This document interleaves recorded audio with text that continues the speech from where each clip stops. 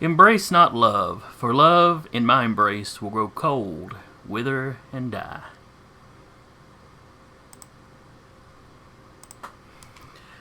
Hello, it's Tuesday night, so that of course means we're playing Valley by Night, our Vampire 5th Edition Chronicle. I'm your storyteller for the evening, Jason. And with me as usual will be Eric playing Samuel, Decca playing Blackjack, Sarah playing Jolene, Rap playing Maeve, and Duba playing Alexander.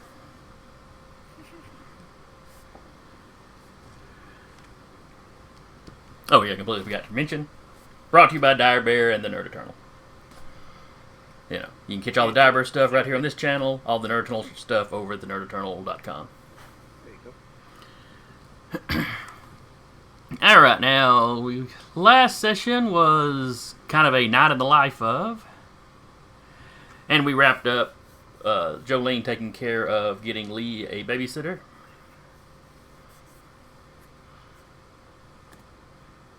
Let's see. Let me check my notes. Yeah, Jolene gets Lee a babysitter, takes him up north into what was the old Gangrel territory. Blackjack has a run-in with some potheads. Maeve's sire Colin pops up out of nowhere and kind of lectures her a little bit.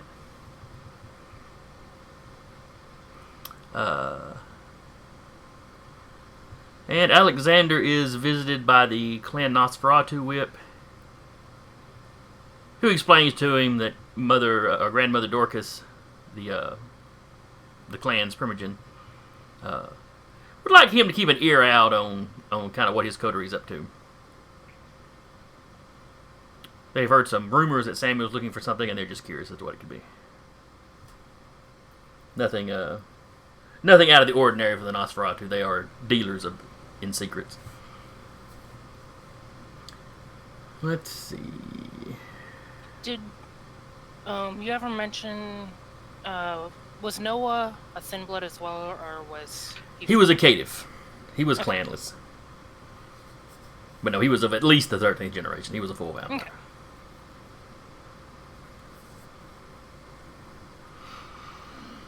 And I think the session more or less wrapped up with Samuel trying to eat waffles and failing miserably. Trying his best. Yeah, that was more of the player forgetting the that rule bit there. Well, if your humanity had been a 7, you could probably have kept it down. You're just not that good at faking being human anymore. And I think Jolene and Samuel had a little tiff there in the Not Waffle House.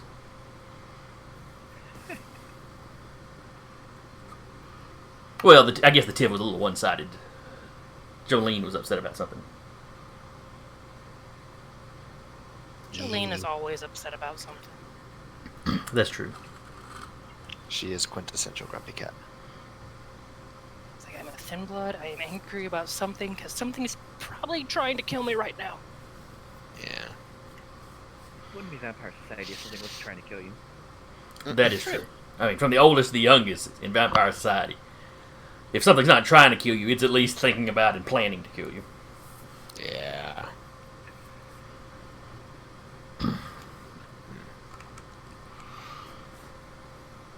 So the sun is setting. It is Friday, January 26th. Mm-hmm.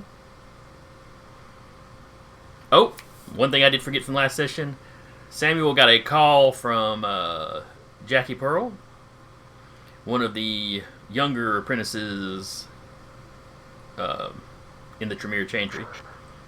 Yep. Just asking him if he had seen the Primogen, because Alejandro was supposed to be giving them a lesson. He had missed, which was extremely unusual, to the point that I doubt any of the young apprentices had ever seen him miss an appointment. Yeah. At least not without some kind of notification. Though she did text Samuel later, letting him know the Primogen had shown up. So it wasn't like an emergency or anything.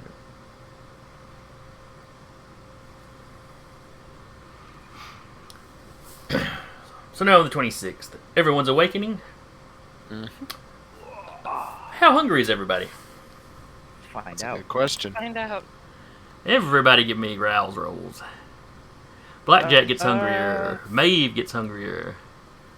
Oh, Samuel's hey. fine. Jolene, tend it. Yep. Jolene is super still not being hungry. Still being fueled by spite. That's one way to put it. And Alexander gets hungry. All right.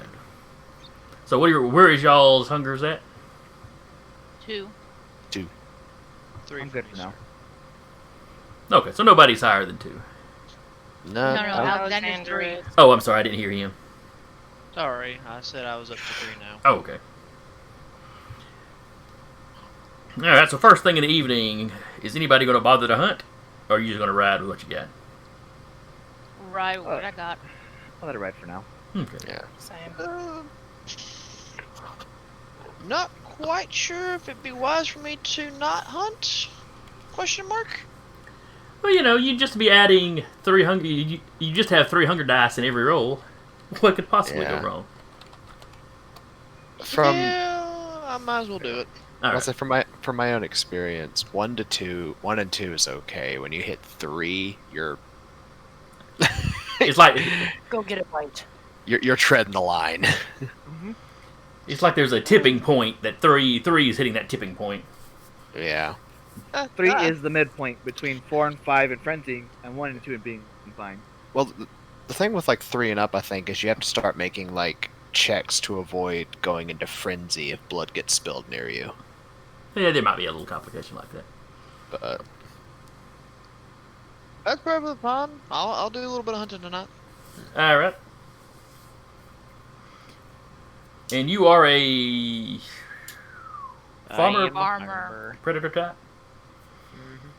Though, since technically I don't have a little herd or anything in my area set up just yet, gonna have to resort to other methods, of course. So probably doing a little bit of a hunting expedition, as it were. So you're gonna go down in the sewer and hunt rats? Are you just gonna wander the neighborhood hunting unattended pets? What are we doing? Nab a stray. As much as they are akin to me, I'll munch on a few of the little tiny critters of the sewers. Why not? Ready? juice box them. I mean, that's pretty much what I'm going to have to do is juice box the poor little buggers. Just what Jason did, I just imagined him just like Alexander's like snorting a line of rats, like.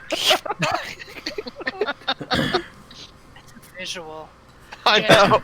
Tail hanging out the nose. That's creepy. I'm gonna make that my next D&D monster. If I say, God. hold on, give me a second, I got a few reps to get. Oh, that's the good stuff. All right, so give me its composure, animal kin. Okay, so I thought we usually did survival when we were hunting. No. Animal kin was if it was domesticated, like Oh, that's true. That's true. Blood Deck is hurt or blackjack. Actually, does Alexander have some animalism?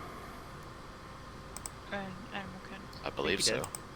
I mean the I don't think he has animalism. No, he does. no, I know it's something he has Nosferatu have families. access to. Yeah, Yeah, no, he has it because I animalism. remember he has a familus, so he does have animalism. Okay. Yeah, he has animalism. Okay. All right, go ahead and add a dice for your animalism. I mean, if you can talk to animals and make them do things, it stands to reason it's gonna be easier to hunt them. So, Just a you're little gonna hit this button up here. Then modifier 1, right? Yes, To remind the audience, we are all brand new brand vampire. spanking new. Yeah. Oh, look at that. Woo! I have 5 some out of experience 7. from standard and V20, but V5 is a little bit new to me as well. Yeah, 5 successes. I've played some revised, but that was about it. Yeah. That was many moons ago. Revised was my first introduction to. I had the second edition books, but could never find anybody around here to play regularly, so I just read all the crap. I mean, the V20 I really loved. That's what sort of gave me my love of the Tremere clan. Is there's so much interesting stuff to them. That and all the different paths of their blood sorcery was just like, I heard you like flinging lightning and basically being Zeus. You had all that stuff in revised. V20 put it all in one package where you could find it, though. Yeah, Because you had that's two or what I three. liked about V20. You had 2 or 3 thaumaturgy books that I've got, like one of them. Mm-hmm.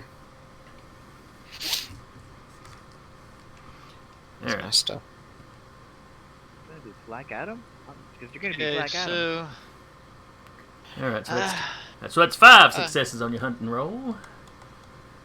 That ain't bad at all. 5 out of 7. Yeah, that's like super not bad. All right. Lucky me. Mm-hmm. For now. So let's see. Hunting in the sewer, I'm going to say, is equivalent to a slum, skid row, public housing project, yada yada yada. Just because there's no people down there to be getting in your way. There's plenty of, if you're hunting rats, there's plenty of rats in the sewer. So that means you got 3 extra successes.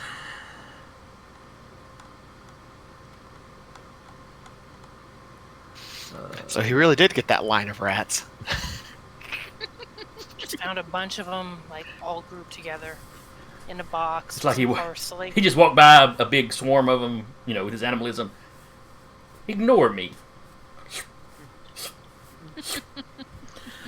Alright. Well, let's see. With those extra successes, you can easily reduce your hunger down to 1. Alright, I'll take that. I'm down to 1 hunger. I can live with that. Hey. I won't be going slightly psychopath. Yet. Not because of hunger, at least. Yeah, not because of hunger. Let's see. I did want to do something tonight, though. 2 things, actually. Oh, what is that?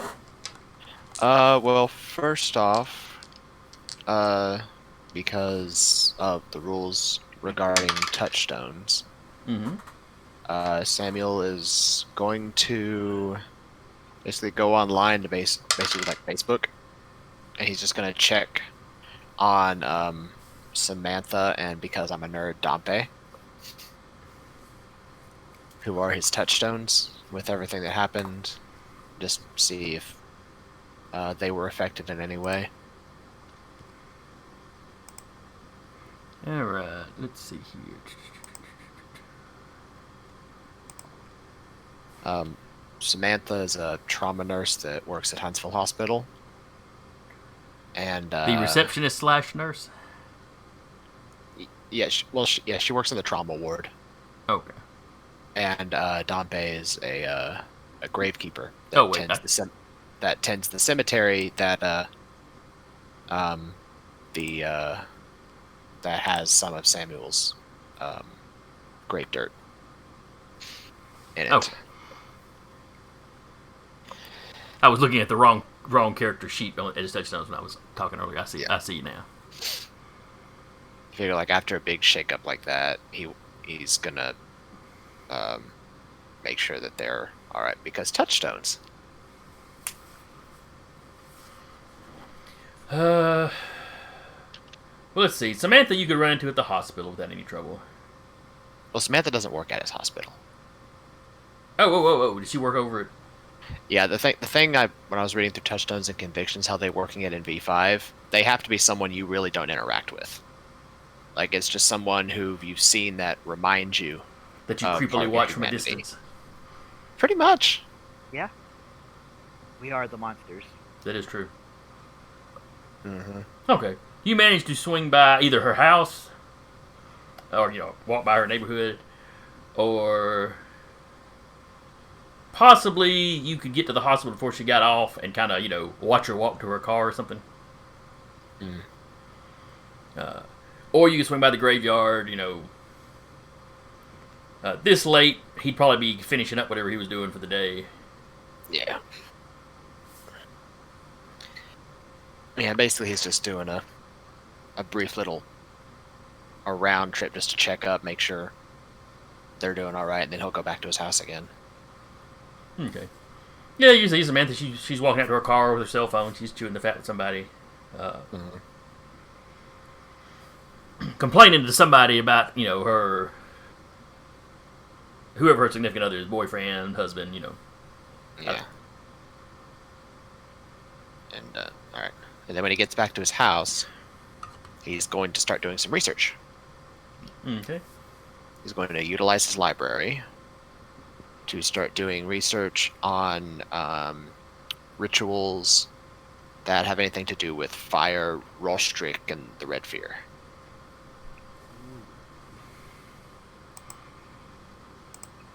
Something has got him interested in fire.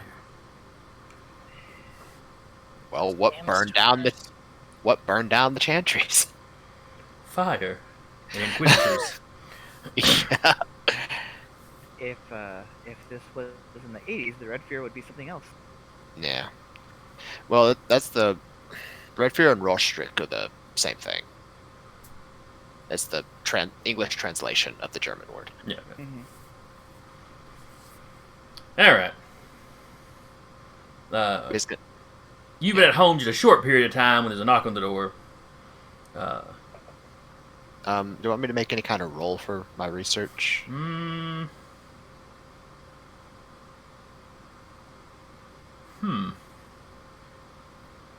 Not right now. Gotcha. 'Cause I don't know that you really have to make rolls to successfully research something, or if you just spend the XP. If it's something already written in the book. Well, it's maybe because that's part of the thing with the library is it gives you extra dots to research specific subjects. Okay. So Well, that's that'd be what to come up with information on it. Okay, go ahead and give me a roll. It wouldn't Okay. be. This wouldn't be to learn a ritual or something, but to learn Right. basic information on the subject. Yeah, that's what he's doing is he's trying to see if there's any information that he might be able to pursue.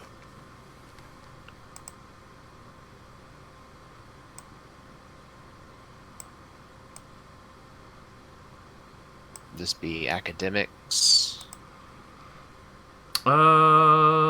Is there an Maybe. occult anymore? Yeah, There good. is. Yeah, there is a cult. Yeah, this would be occult then. A cult. Okay. There. Right, a cult.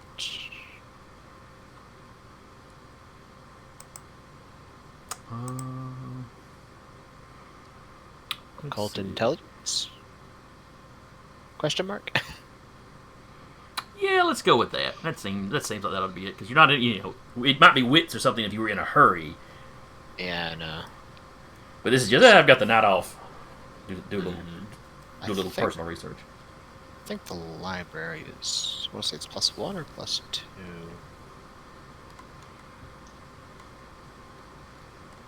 One second. So I'm glad I have the PDF. It's great. Library.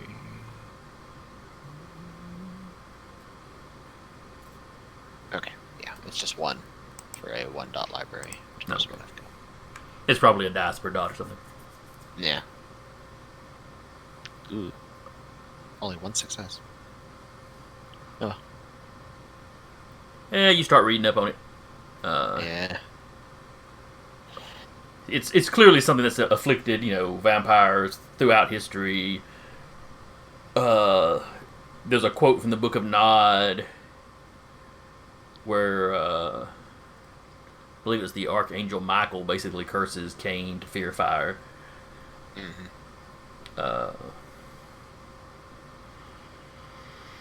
There's a few other kindred scholars that have kind of studied it and tried to beat it.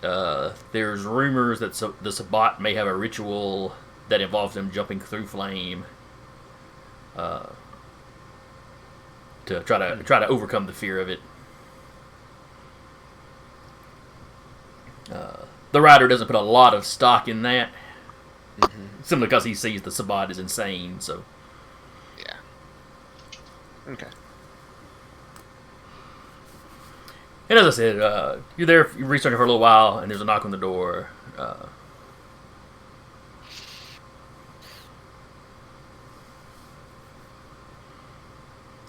go over towards the door. Yes. A message for you, sir. From? Marcy, Miss Marcy, Miss Marcy. That is the. Keeper of Elysium. Scroll. Yes, the Harpy. Okay. I love having a codex for this. Well, her official title is Keeper of Elysium, but yes, basically, Well, she's, yes. she's the Harpy. I'll have that written down too. I have Marcy, Toreador Harpy, Keeper of Elysium. He'll open the door. There is an Elysium being called for this Sunday night. The prince has some sort of announcement to make to all of his subjects. I see. It will be at the old bank building. Very well. Which, you having lived here in town, you know they have Elysiums at the old bank semi-regularly. Right. And he takes his leave of you. You know, he's just one of the couriers. You don't know his name. You know, you've seen his face. He's brought you messages before. Yeah. The Prince and Primogen are... You guys are careful about using technology. The Prince and the Primogen are almost paranoid about it.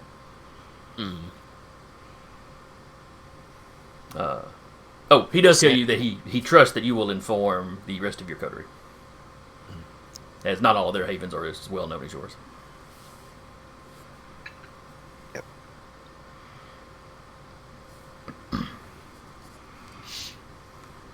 Fortunately, despite it being well known, it's also where pretty much the entirety of the high up of the city. Yes, and live. that is a slightly unusual situation. But they have found it so easy to protect the ledges that they moved more of you kind of in there when the coterie, the chantry was burned. Yeah. Alejandro stayed there for in a house there for a while. He has his own haven somewhere hidden now, probably in around one of the colleges, Yeah. as that is the Tremere clan's domain. Yep.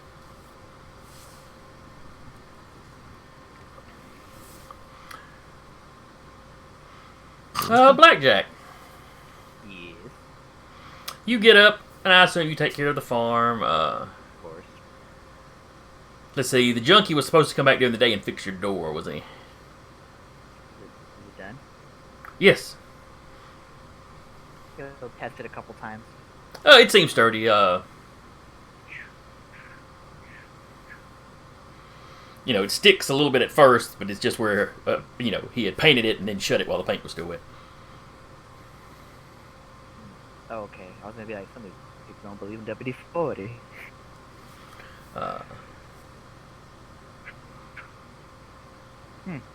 Not bad. So you get out, you Yeah. take care of your cows. As I'm taking care of everything, is he like in the area? I'm like working, but I'm like actively looking around and seeing if it's still. He doesn't. crime, as it He were? doesn't appear to be on your farm, no. Okay.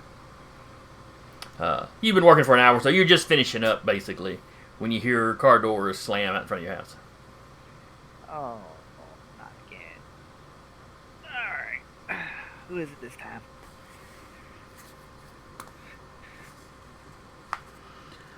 As you round the corner, you see 3 people standing around the car. One of them is just kind of looking at your house, and there's almost like a sneer on his face, and he's just kind of shaking his head as he looks at your house.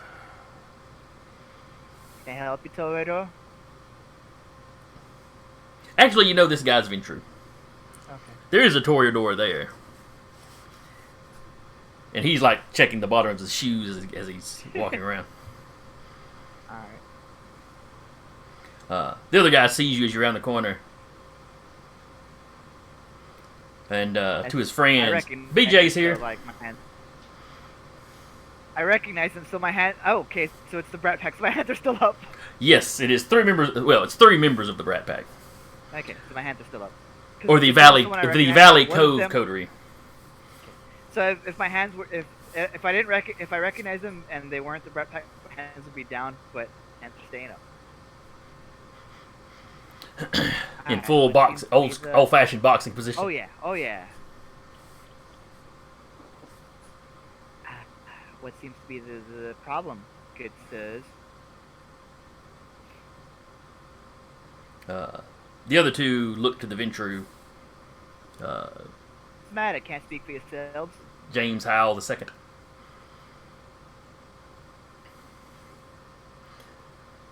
I speak for us. I speak for our coterie. Much like Samuel speaks for yours. I speak for myself.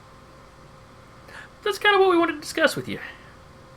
How can I help you? You know, we heard your speech at Elysium. Yeah. Guess it would have been a week or so ago. Yeah. Trying to remember our time, Joe. And we heard your speech at Elysium. It was well, you were surprisingly well spoken. Sometimes you can be full of surprises. But we couldn't help but notice a sort of, well, an almost anarch feel to your speech. And we just wanted to check and make sure that we don't need to that we, as in the kindred of the city, not just us, Oh, need yeah. to be concerned about you and where your loyalties may lie. Oh, sure. The 3 of the Brat Pack just happen to be the ones who wanna check up on me and make sure I'm fine and not harboring some kind of anarch proclivities. Sure. It's a coincidence it's you 3. All 3 of them look angry as soon as you say Brat Pack. Good. I can assure you, we are not the only ones concerned. We just thought it'd be neighborly if we came over and checked with you all friendly like. Sure. If I some of the think, Asili you're in gonna town have- decided to check with you, it would probably be much less friendly. You'll be reminded I have rotary. You kind of cut in and out on me. What was it you It's said? fine. You'll be. Well, allow me to give you some hospitality here and just let y'all know that y'all don't gotta worry about me. I just look out for mine, even if I don't necessarily like them sometimes.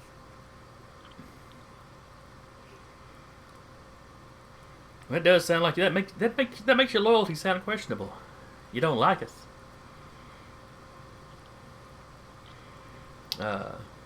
We just have to wonder if maybe your farm is really the only thing keeping you here in town. If maybe your allegiance to the Camarilla is really just because that's the only way for you to keep this little piece of land. Pray that you never have to find out.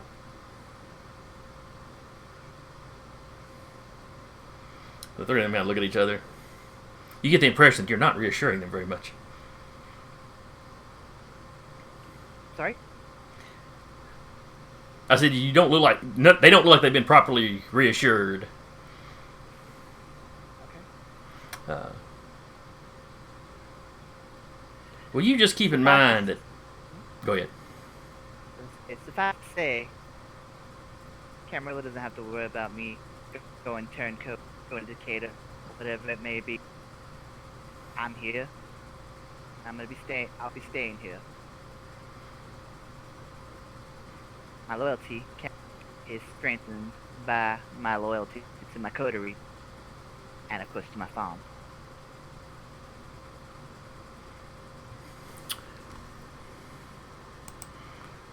Let's see. Roll me. Let's see how convincing you are. I was gonna say I'm not being like You're not being deceitful. I assume. not I being assume deceitful. you're being honest. right.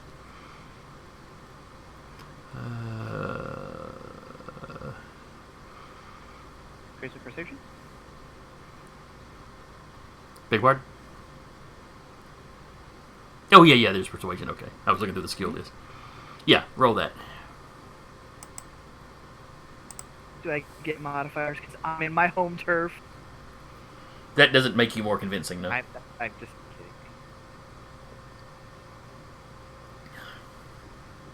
kidding. Ooh, 2 successes or 4 successes. Okay. That last little bit does seem to be a little more convincing.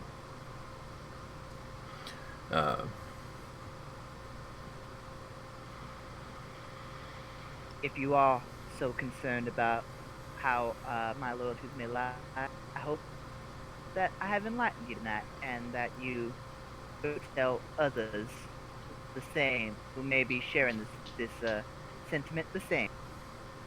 We will pass on what you said. I appreciate it. Just know that we and probably your other neighbors, so we'll be keeping an eye on you. By all means. But as long as what you've said is true, you don't have anything to worry about.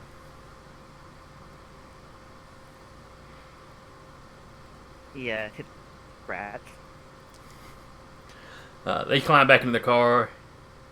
As he's shutting the door, you think you hear the Malkavian Mike. I thought you said we were going to get to beat him. And it shuts.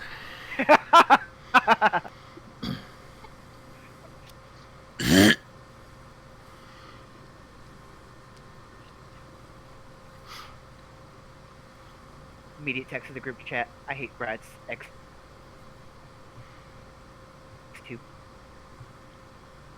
X2. Alexander.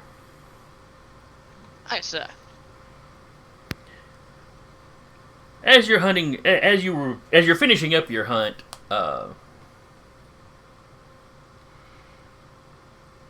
you hear somebody coming down the passageway. Not doesn't sound like anybody trying to be stealthy particularly. Okay.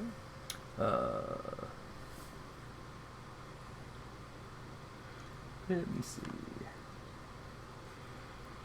As you're sitting there juice boxing your last rat, you see another Nosferatu around the corner. And you had seen her before when Grandmother Dorcas was introducing you to the clan in the city.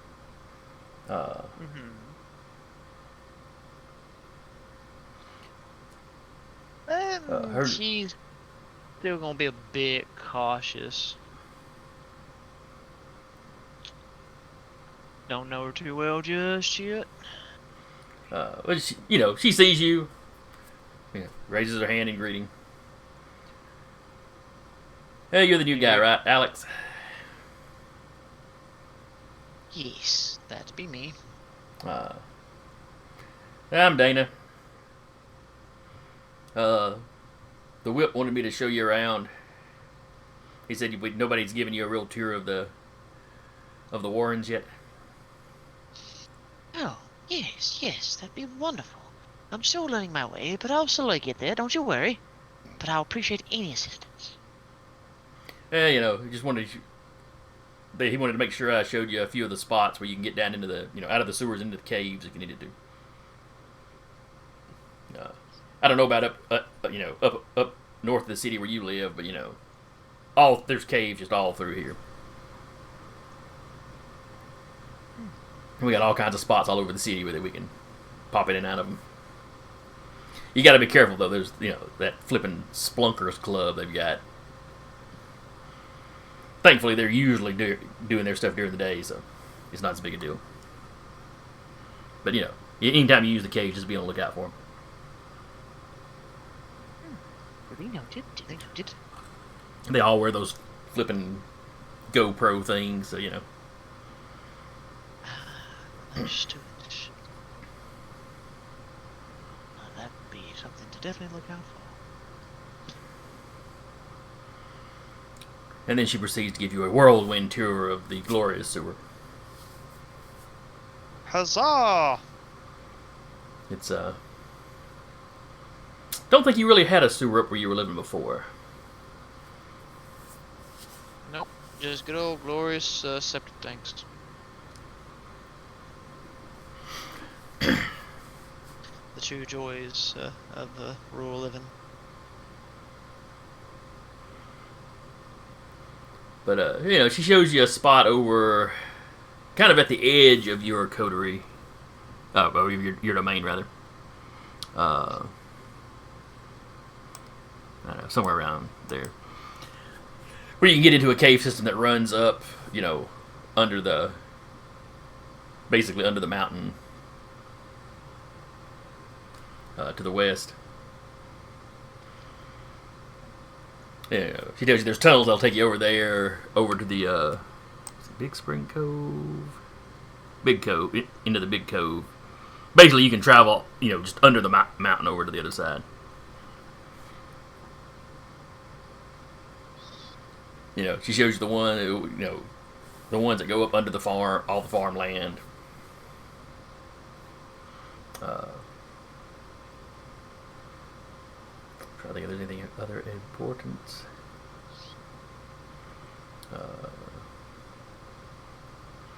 And she doesn't walk you over there because it's outside of town, but she mentions a couple of spots. There's one over close to one of the universities, Calhoun. If you're ever on that side of town, she tells you how to find it. The entire time, she just seems put upon, like a teenager has to do a chore. She's not rude to you, but she's very, very, very uninterested. Yeah, she's got that vibe of I don't rightly care to be helping you right now. I have more important things to be doing. It's like but I'm here anyway. It's like a teenager working the counter at McDonald's, just kind of like, I mean, she does a thorough job. She, you can't fault her. You can't fault the job she's doing. Oh no, of course. Welcome to Good Burger, home of the Good Burger. May I take your order? She gives you a website where you can check, basically like the work schedules of the sewer workers.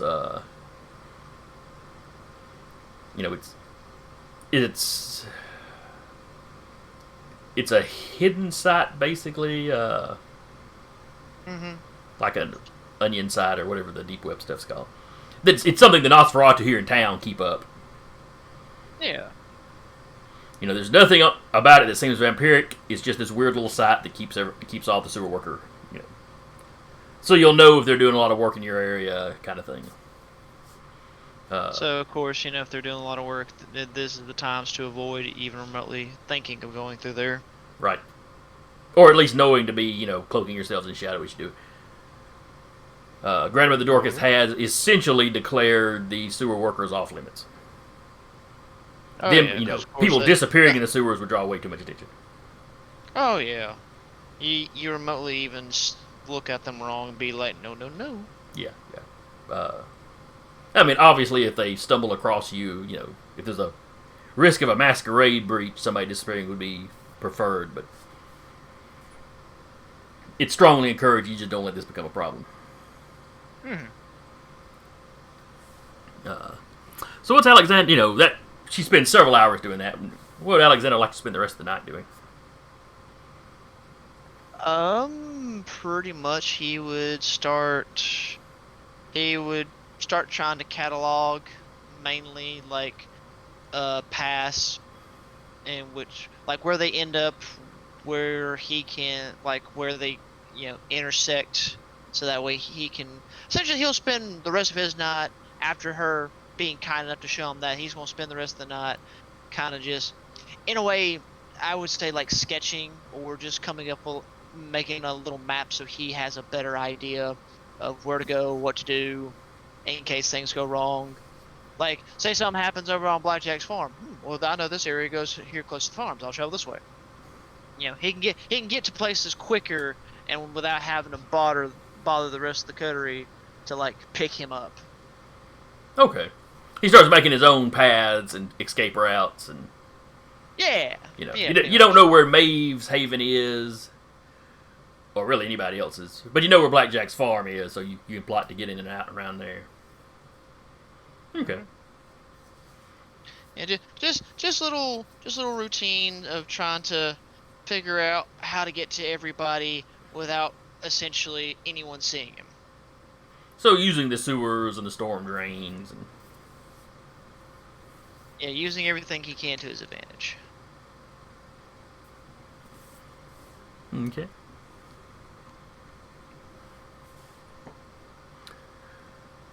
Jolene, Yes. you're working, as is the usual. Yep. Let's see. Did we decide that that your shift probably started when the sun was still up, Yeah, she or was would that just something take, I'd suggested? She would take pretty much any shift, but would prefer like evening shifts. Okay. So no one suspects anything. She like would take shifts at any point. Like if she needed to cover somebody, she'd do that. All that jazz. Okay. Well, it's not too late in your shift. Maybe 8 o'clock. Well-dressed fellow comes into the Waffle House.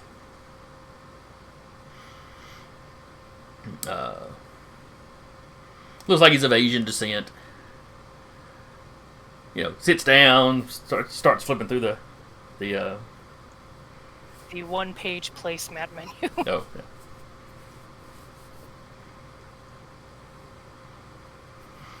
Joy of a Waffle House is pretty much you know it's on the menu. Lunch on one side, breakfast on the other.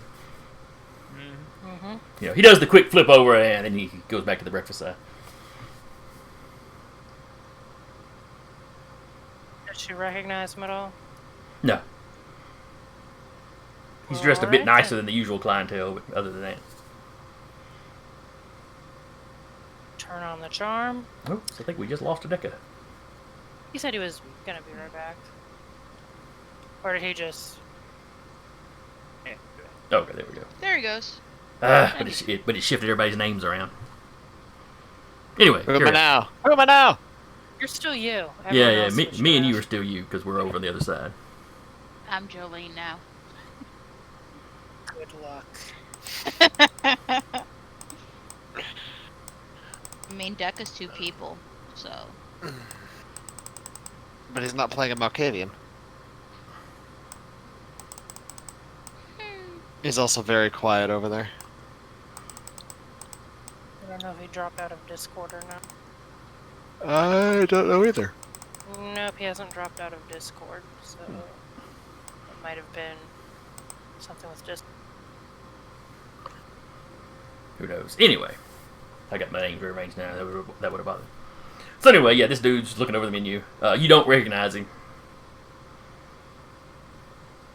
Alright, she'll go over and be like, need a couple minutes or can I get you your order? Oh, I think I know what I want. Alright. And he proceeds to order, the waffles, like 2 or 3 eggs. He orders an extra egg. Orders some extra bacon. As one does. And when he speaks, he's got a slight Chinese accent. But it's pretty slight. He's clearly, if not a native English speaker, at least, Fluent. yes, extremely fluent. Okay. She'll just kind of give him a nod, be like, get this put in for you, shouldn't take that long. Thank you. He's got this bag. He's looking at the decor. I have to say, you look a little bit too well dressed for this kind of establishment. You just passing through, or? Oh, I'm here in the States on business, and Ah, I kind of have a weak spot for waffles. So I just looked Well- up places to get them. They are pretty tasty, so. Got them a couple different ways. If you don't like them this way, well, come back again and see us try them another way. Get them with the blueberries next time.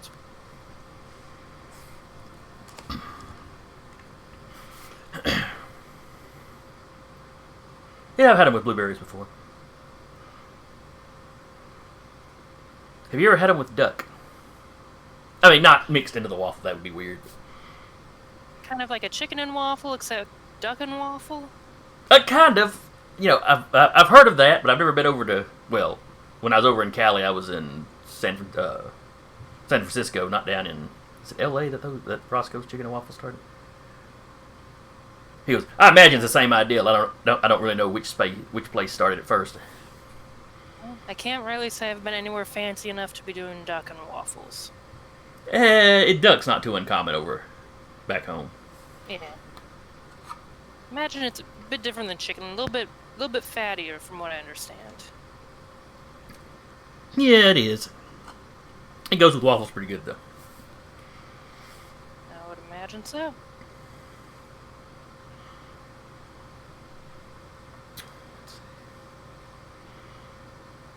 Kind of just taps her notepad again and be like, "Get this put in for you. I'm gonna go do a little bit of checkup on the other folks here. If you need anything, just give me a holler." Will do. When he raises his hand like that, you're pretty sure he's wearing a Rolex. Yeah, guy's too well dressed for a Waffle House. Hey, Look, so- Jason, Mhm. do you have any control over swapping the servers around on Discord? Just refresh. Because I think most of us have been saying like just one bar. Uh, Expansion. Yeah, Right man. now. Mine keeps jumping around. Yeah, so I'm asking. I don't know if you have any kind of control over that. Yeah, I honestly have no idea. Let's see. Might need to. Maybe poke Maddie. I must say, might need to poke What's Her Bagel. I know Discord has just been acting kind of goofy. Yeah, just a bit. Yeah, in our other Discord, we had to switch servers because of the same issue. Mm-hmm. Latency issues. It wouldn't be a true internet show without technical glitches. Right? Exactly. This is I mean, this true. is depressingly true. Yeah, Even Critical Role had them. I did. Somebody catch a chimney on fire. Do what now? Mm-hmm. Somebody just shoot me on fire. Yeah.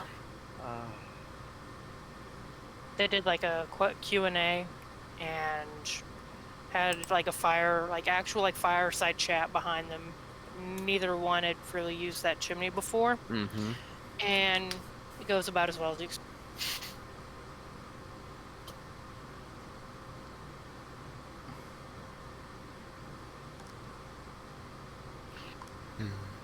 Yeah, I got no idea how to. We'll I'm live sure with it. there's a Uh-oh. way, but I can't figure it out. Oh, Yes. baby, that's so I- robotic. Oof. It hasn't started roboting for me yet, but I probably just jinxed myself. Deca robots back for me up every now and to- then. I'm Yeah. like between 3 to 2. Oh, it dropped down to 1. Yeah, I've dropped down to Wanna 1 just right now. poke Then I jumped up to 3, now I'm at Maddie? 2. Yeah. It's like we're playing like divide like a finite amount of bars. Mm-hmm. We have 3 bars, and it's divided between 5 people. Well, no, 6 people. 'Cause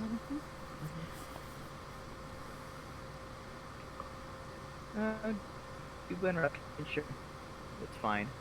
They're in the same house. That's how it works, right? Right? Exactly. We share everything. We share bars. I sent So a the- poke.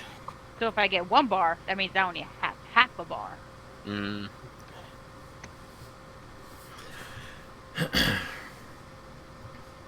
So you put the order in, you check with everybody else. You see him pull out his phone. He's checking on his phone.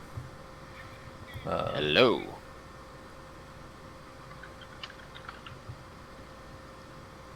Okay. He's checking on the phone.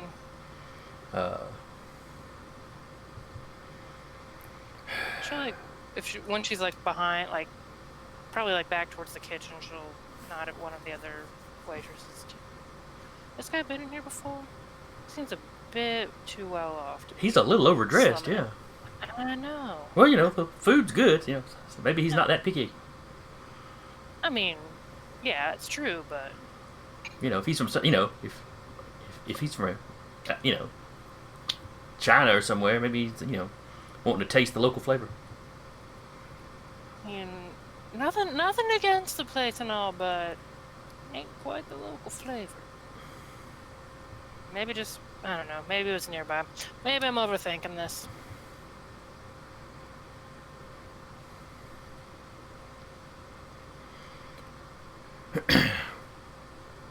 So they get his food ready.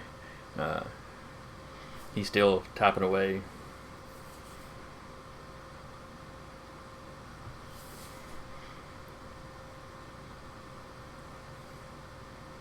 As you walk back over, he sets the phone down. And you can see, well, he was exchanging texts with somebody. Kind of sets out the spread and be like, think we got everything here? Need any extra syrup? Refill on your drink? Anything? Let's see, what would he have gotten to drink? Coca-Cola. Yeah, probably, because the tea he's used to would not be the tea he would get at a Waffle House. I mean, sweet tea. This tea is cold. This tea has ice in it. Oh, and sugar. That would be diabetes. Alright, give it. Maddie's gonna change the server, so we're gonna get some glitchiness most likely. Okay.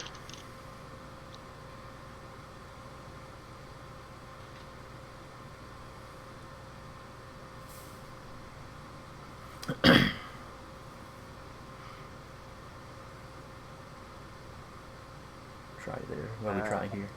Let's start speaking. Let's go back. Oh, yeah. Okay. Or just go back to roleplay.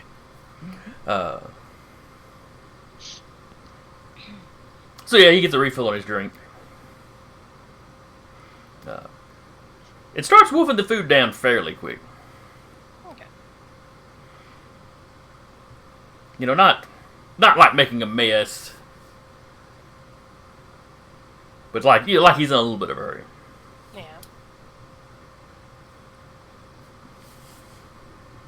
Should be like, do you want a to-go cup or anything? Good to go? I'll take a good to go cup. Gets him a to-go cup of whatever beverage and just kind Yeah. of sets it near him, sets the check with it. I'll take care of this whenever you're ready, no rush. No, that's about alright. He lays down a credit card. Takes care of it, walks it back, and just be like, need anything else, hon, just let me know. Goes about her business, but kind of tries to maybe, well, no, she's gonna like take a good look at him in case she needs to describe or whatever. Okay. Younger guy, pretty good looking. Like I said, very sharply dressed. Yeah. His phone starts ringing as he walks out the door. And just as it shuts, you hear you. Yeah. Yeah, I didn't think you'd be up yet. Well, some of us still have to eat, and the door shuts. And you see him still moving his mouth as he walks to his car.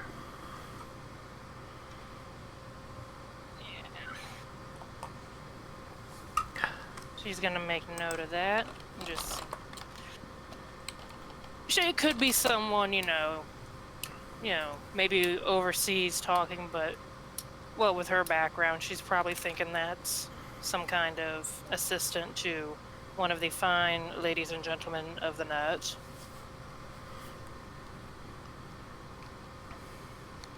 It's a Quatrian.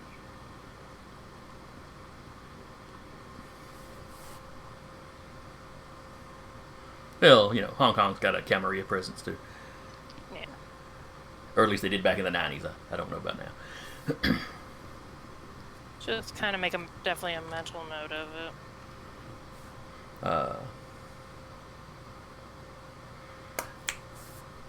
Would she have thought to look on his credit card for his name? If she hadn't, it would have been on the receipt that printed out at the bottom where it asked for a signature. Got His him. name is Russell Yu. Last name? Why spell, you? please? Okay. That's what's it? Me having to look it up. China actually does not have a Camarilla presence. Okay. They're Well- run by the Triads or the Kuei-jin. Well, I knew they were a big presence, but I knew back in the 90s when you had the World of Darkness Hong Kong book, Camarilla had a small presence in Hong Kong. Yeah, looks like they've taken over. Yeah, I could easily see them having gotten run out. Yeah. Not as vast or powerful as it was in the early 20th century. But Well, I think the ideal was the European kindred were basically there in Hong Kong when it was still British controlled. yeah, it's basically run by the Kuei-jin that are pretty much the de facto leaders of the Triad. So it's Kuei-jin Chinese vampires that have their own private army, quote unquote. Accurate enough, at least for what the kindred, for what anybody in Huntsville's going to know. Yeah. Yeah. Yeah. They have about 100,000, actually. Well, you know, if they're in through China, that's a lot of area to cover. Yeah. All right. Maeve, Mm-hmm. how are you wanting to spend your evening? Oh, she's back at work. But her sire was there, unless he left that night. Let's see, you had... Were you letting him crash at your place? Probably. Okay. Then yeah, he's still there when you get up.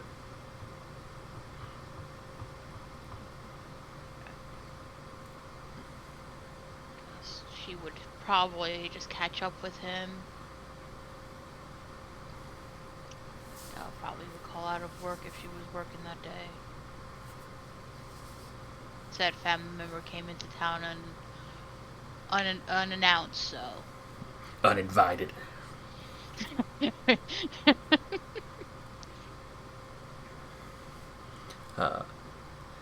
So he hears you calling in. He's like, oh, you didn't have to do that. But since you did, maybe you can help me with a little chore. A little errand I was going to perform. Huh. And what errand would this be? Oh, a little reconnaissance. As much as I like catching up with you, Childer, that's not really the only reason I came to town. I figured. So who are you spying on? Well, I'm really just kind of checking the borders. I suppose at some point tonight I'll need to present myself to the prince. Would be wise. Or at least make the arrangements to do so. You don't happen to have the Senechal's number, do you? No, but I can probably get it for you. Oh, that'd be appreciated. And she'll text Sam. And Samuel probably does have the Senechal's contact information.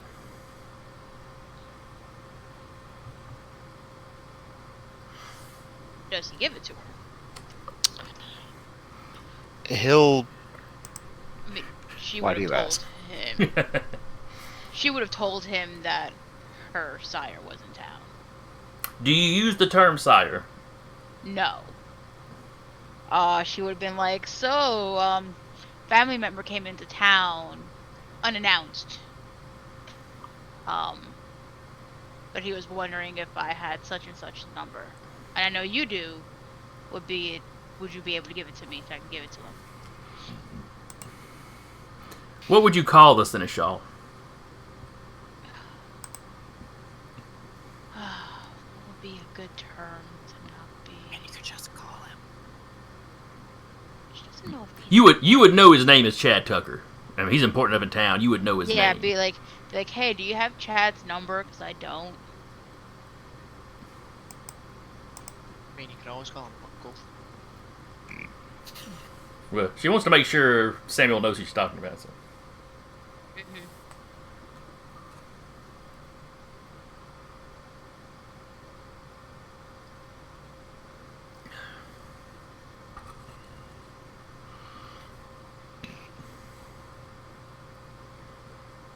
Me debating on how to do this. The kangaroo wants to know the Seneschal's number. Why? Basically. I mean, it's there in black and white for you.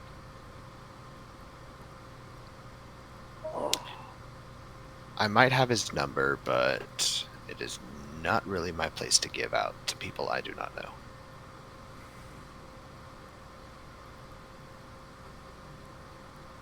All right. And then she'll look at Colin and shrug her shoulders. Sorry, Actually, can't help. he'll also respond later with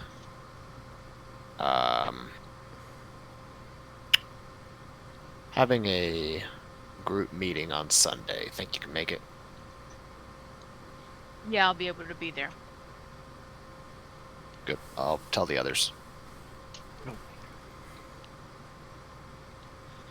she'll look at Colin and be like, he's not giving me the number, so unfortunately, I can't help you out with that part right now. Ah, well. I'll run across somebody that can tell me, I'm sure. Anyway, till then, my errand. Mm-hmm. He pulls out a phone. Alright, I've got an Uber coming. Okay. But you haven't told me who or what we're looking for. Just anything out of the ordinary. Be a little more specific so it'll be easier to find whatever you're looking for.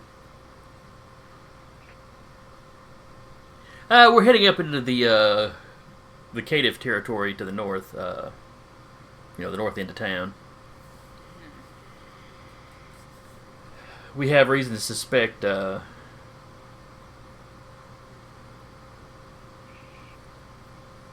there's been rumors of the lupines gathering to the north. Okay. And does the prince know this? Well, if he doesn't, that's kind of on him. I mean, it's his responsibility. He's the one that's left that northern territory empty for so long. Or maybe that's why he's slowly shuffled the Caitiff that way. Maybe he's creating a human wall. Probably.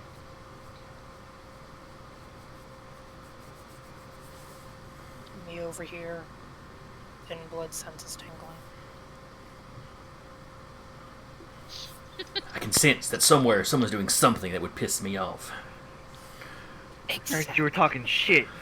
Heard you were talking shit about thin bloods, or about to talk shit about thin bloods, or thinking shit about thin bloods. My shoulder is tingling as that chip gets bigger and bigger.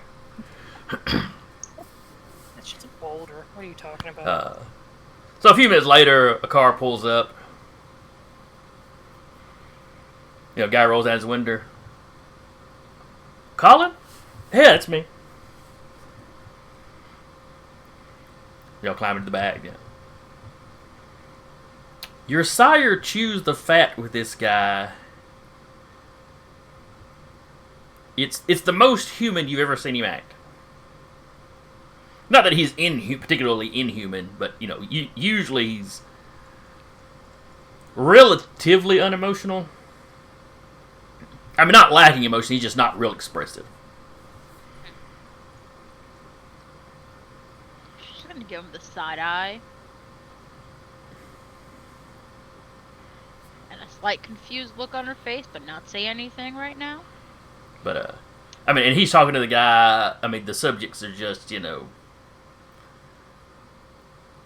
Well, they get off on the new stadium being built in Madison. And the fact that they're the new team is hoping to have its first ball game next year. And how long it's been since Huntsville's had a minor league ball team. You eventually pick up that it's baseball they're talking about. Mm-hmm. And living here in town, you've probably heard of the Trash Pandas by now. Yeah.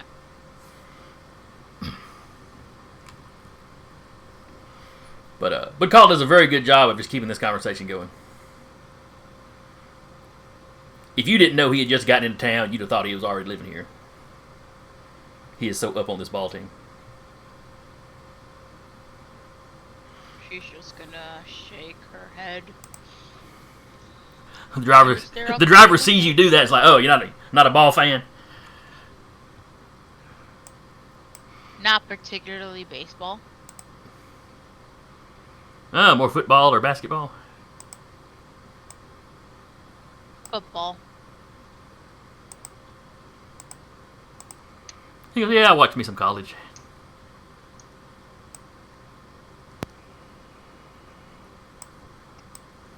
I do usually college or NFL.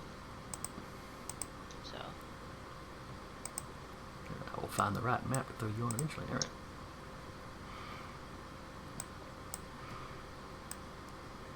Only had to try 4 times with 4 maps. You got this. So he takes you up to the Cherokee Hills area. At least I think that's the correct area.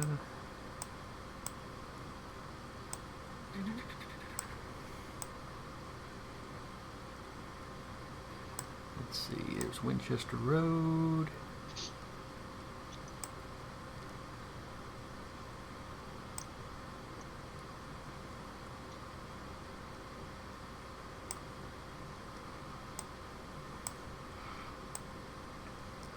But it takes you up there, pulls off the main road, kind of into a little neighborhood, and kind of at a lets you off at a corner street. Trying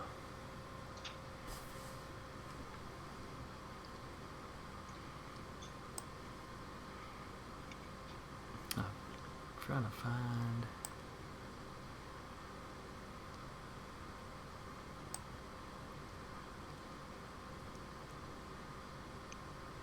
Oh wait, that's probably it right there. Anyway,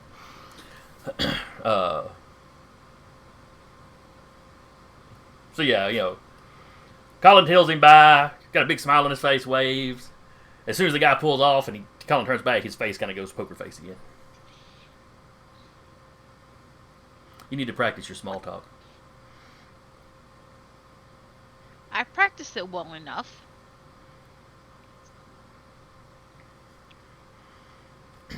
He goes, you got to think of it as camouflage. I had, But not every. he's prey, but I had him completely at ease. Ubers can also be good for snacks. But not everybody talks to their Uber driver. No, Jolene, no.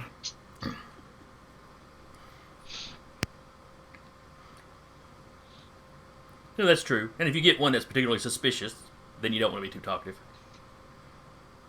Exactly.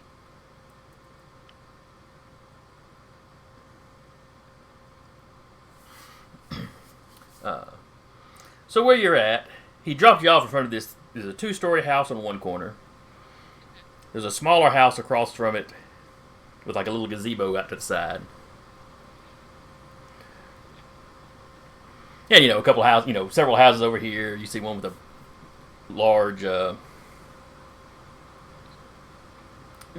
large fenced-in area with some dog houses, and you see some, I can't remember if it's Rottweilers or pit bulls. Some fairly large dogs in there. But he starts walking you down the road between these two. One house down, and the paved road kind of stops. And then it's more of a gravel road that goes back up into the woods. And there's a sign. There's apparently a park back up in there.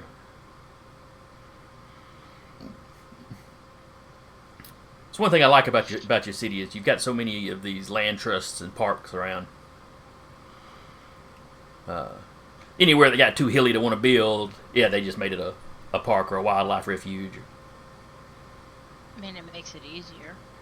It does. It really did draw a lot of gangrel here at one time. Curious as to why your prince has banned the Wheeler Wildlife Refuge, though. It's an awful big place for him to just be saving it for himself. You wouldn't know anything about that, would you? Would you? No. The prince is not taking you into his confidence on why he makes the decisions Yeah, no. he makes. Yeah, no. No. I barely know the prince. Like, he's gonna say anything about that. Yeah, I just thought there might be rumor mill about it. Not that I heard of. I'm not close enough to enough people to know about that.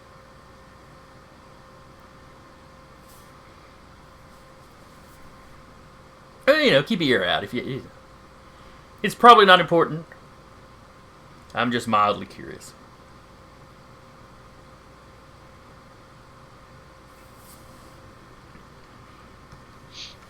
Though I do hear they have alligators out there, which is weird this far north. It is.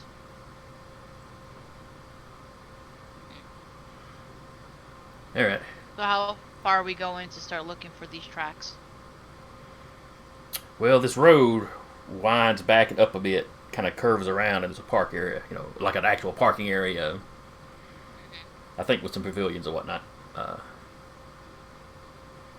So we're going to cut through the woods here. From this point on, we probably need our game faces on. No chit chat.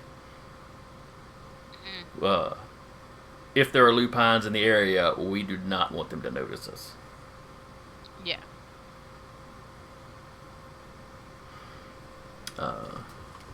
She's gonna go and put her phone on silent. Oh, that would be a hilarious way for a vampire to get busted by werewolves. Phone goes off ringing.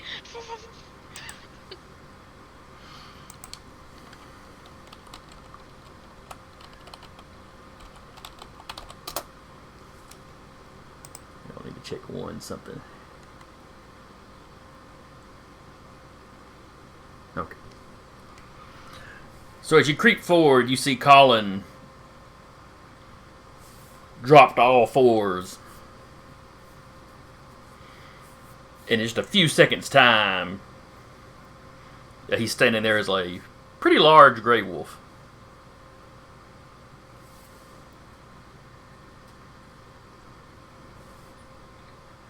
He kind of gives you a jerk of his head and heads off into the...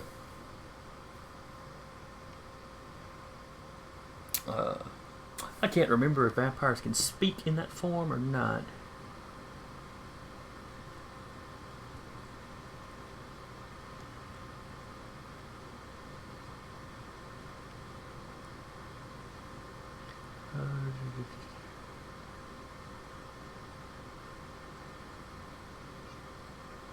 Yeah, it doesn't really say, but you've got animalism, so you could probably communicate. Mm-hmm. He could probably make himself known to you, and of course he still understands English. So you can speak to him, no problem. Mm-hmm.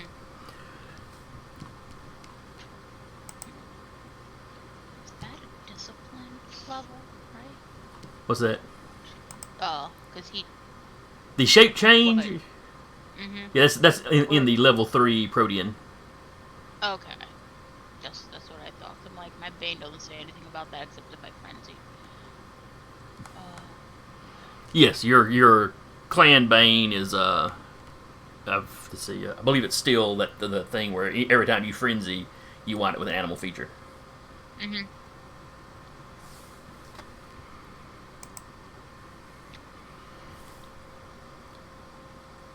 It's one way you can spot older gangrel is they have a very hard time blending in. Mm-hmm. The particularly short-tempered ones can often end up as perhaps not as hideous as a Nosferatu, but definitely as noticeable. I reminded this one game I did with our storyteller, played around with the Gangrel player, he basically turned her character into a cat girl. Like tail, ears, whiskers. You'll Oh, get we there could have done worse. eventually. Yeah, he could have done much worse. He just felt like playing up the stereotype. It was funny. Because you can wind up with, especially if you're dealing with city gangrel, you can wind up Yeah. with them starting to gain insect features and stuff. Yeah. Anyway, I'm disappearing now. RP. Alright. Give me a stealth roll there. Rat for our Maeve. Because you need to be the sneaky. Stealth and dexterity, right? Yes. Good luck to me. 3's pretty good. Oh, wait. Wait. One was the 10 was on my hunger die for one of them. Okay, but there's only one 10, so that doesn't matter. Only one 10, not two. Yeah. It's gotta I be looked a, at that. I got it. yeah, it's gotta be Got a a crit. 10 and a 9. I double check mine all the time. Anytime I see the green, though, my heart speeds up. And smile goes across my face. And so far, you've all disappointed me every time. We've got like 2 bestial bestial, what do you call them, successes so far? Messy criticals, that's what I'm thinking of. Yes. Alright, Colin also does quite well.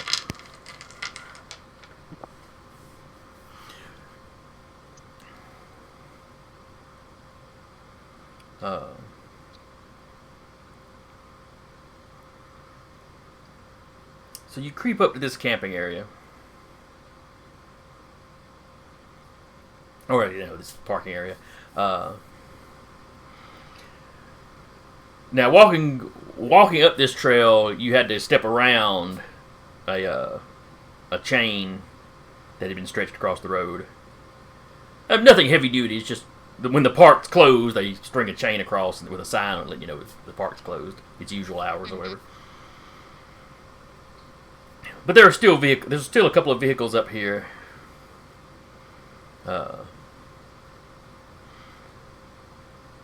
Give me one more roll. Perception. Perception and Let's see.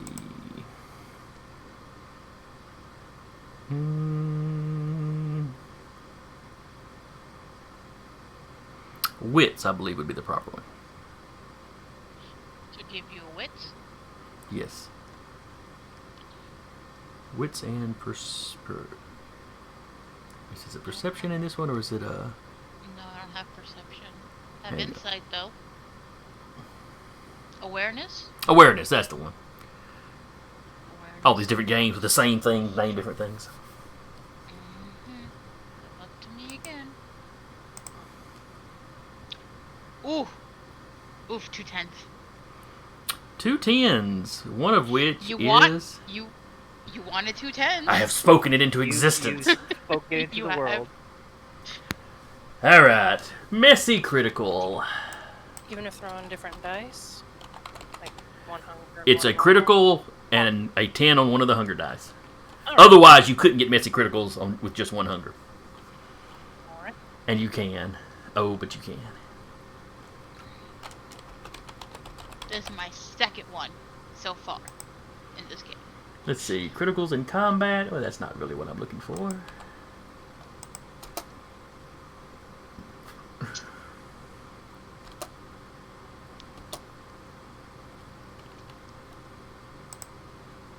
Alright, messy criticals. The character gains 1 or more stains. That doesn't really make sense. Character breaches the masquerade if they visibly demonstrate, yada yada yada.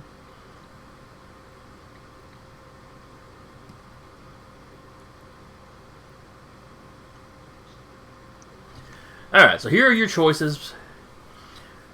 You can gain 1 or more stains for their monstrous action.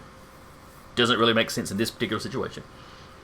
The character breaches the masquerade as they visibly demonstrate supernatural strength, speed, or leave gaping bite wounds in a body. Again, this is a perception check, so that doesn't really make sense. The character loses 1 dot from an advantage. For example, you might have totaled your car, squandered a resource, crippled a retainer, offended an ally, or lost status in court following your outburst. This thing goes into how you can recover that. Don't know that you have any backgrounds that make sense for that. Let me pull up.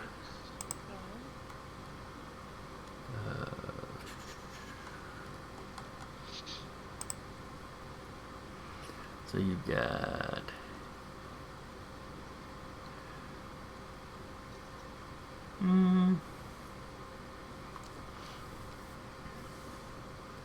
let's see. If none of the above conditions fit the narrative, such as on a stealth or awareness test, the messy critical turns into a simple mess, and the test fails, as the beast clouds his senses and otherwise makes a quiet solution unattainable.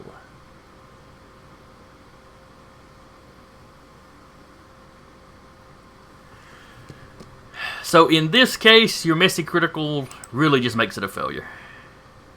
Damn. Interesting. Which is getting off lighter than you might have in some other situation.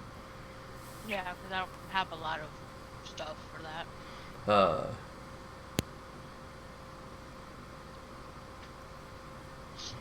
So basically, you're trying to hear what there's a couple of people in there, and you know you can tell they're talking, and you keep trying to get closer. You're not hearing anything. You keep moving, and you're kind of you're kind of defeating yourself.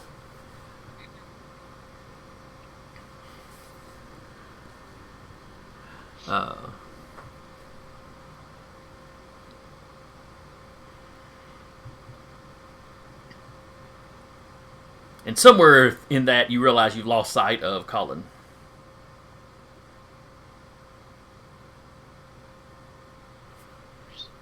Of course. Well, then she's gonna try to see if she can find him then, since she cannot hear what the people are talking about at the cars. Okay, give me another awareness roll.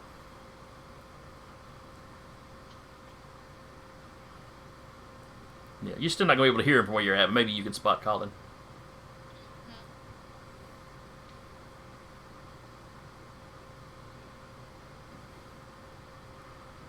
Okay, that's 2 successes. Now, he's done quite well in his stealth, but you're not who he's trying to hide from. Yeah. You realize he has literally crept out of the woods and is hugged down low to the ground, and he is actually creeping up kind of up under one of the cars. Or, in this case, it's a truck. Mm-hmm.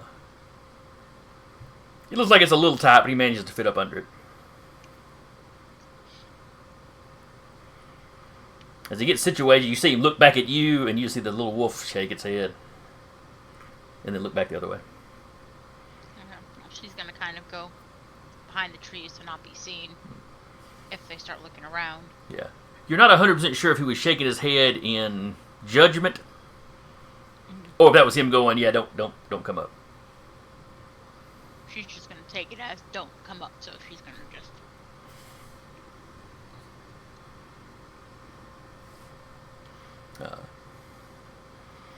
So yeah, there's 3 or 4 people talking. You can't tell for sure where you're at. Colin stays under there for about 15 minutes.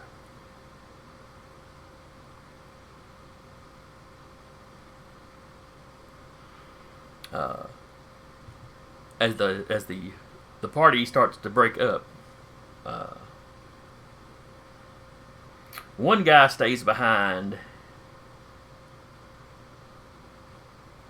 as the other 2 or 3 climb into one of the vehicles and drive off. Once they're out of sight, the last fellow walks and gets into the truck.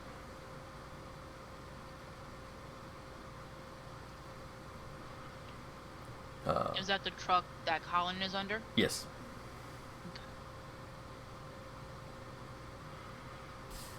As the truck pulls off, you see where Colin had just crouched down low and stays there until until the truck pulls around the corner out of sight. Then he gets up, sort of shakes the grass off, trots over to where you're at.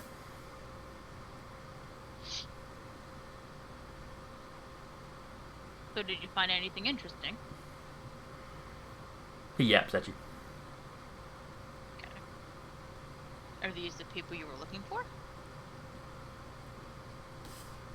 The wolf kind of bows and straightens up.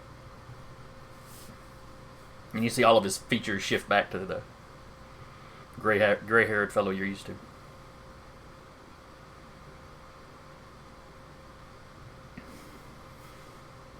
Well, I've definitely confirmed that the Lupines are planning something. They did not go into great detail.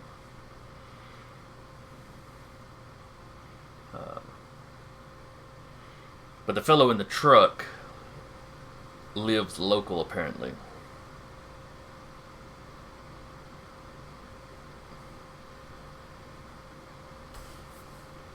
How local?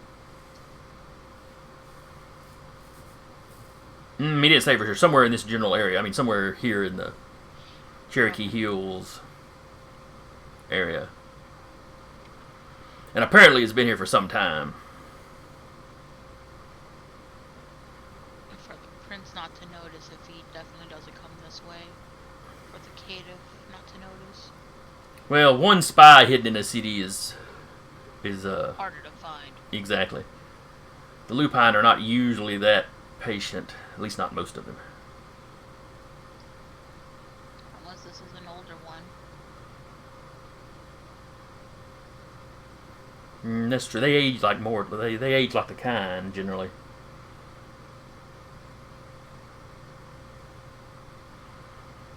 This one looks like he was 30 or 40, maybe. I mean, our new coterie edition just came from way up north that also had a lupine infestation. Oh, where at? That's why he was down here. Where was Alexander from?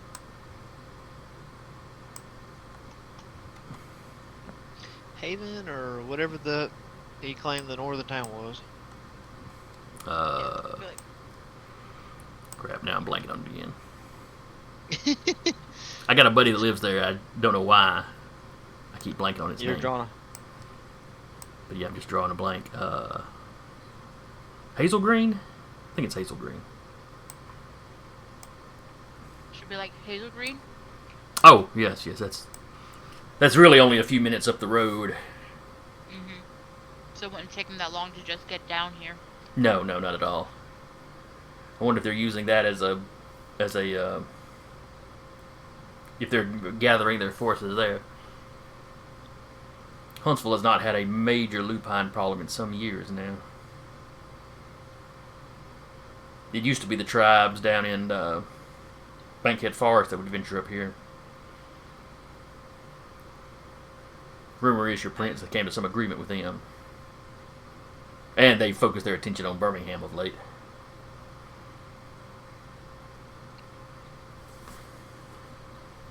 I mean, we at least gotta let the prince know about this. Yeah, I suppose you do. He's your prince. Yeah.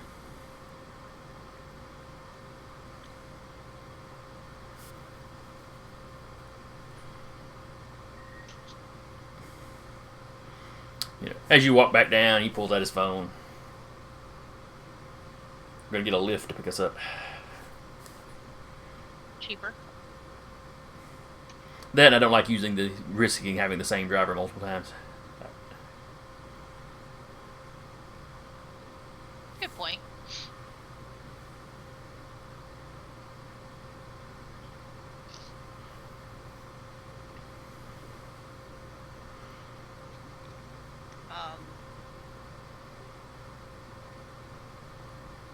She's going to message Sam. We need to talk. ASAP. Either your house or somewhere close.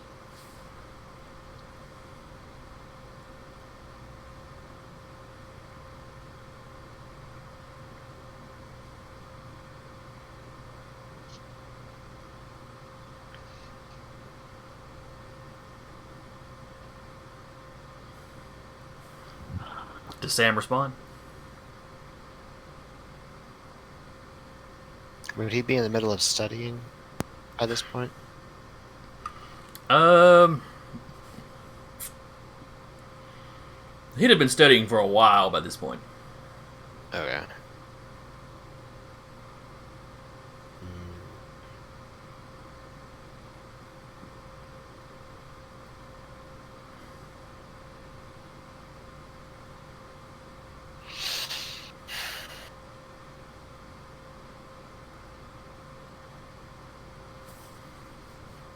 Yeah, he'll respond.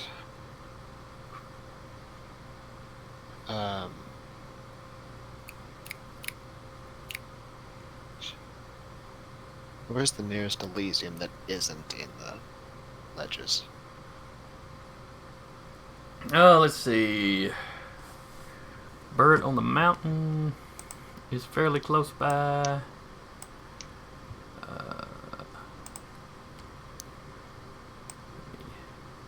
Let me look for one close to your.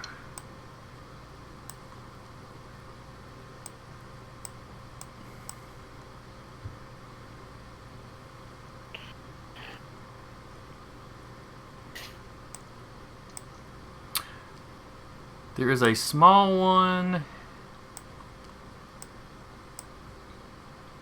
on Walton's Mountain, which is just outside your coterie.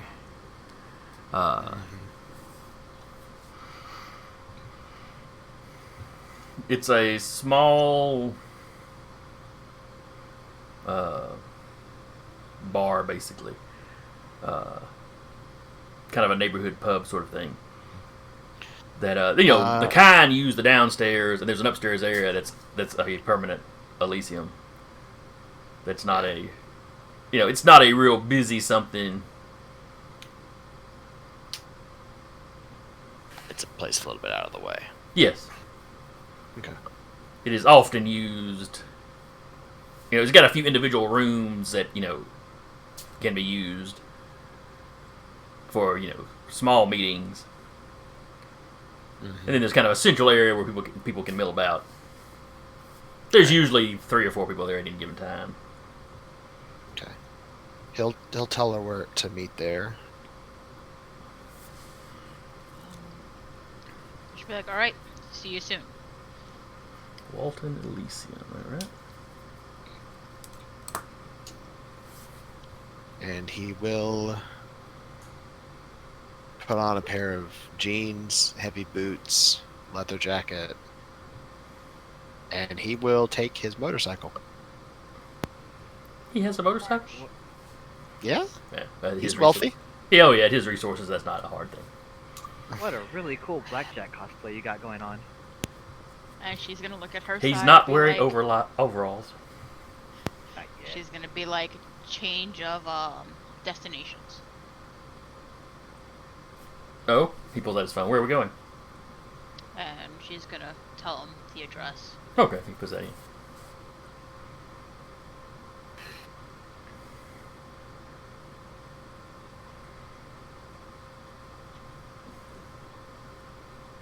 And your lift carries you to that little Walton Mountain pub. Mm-hmm.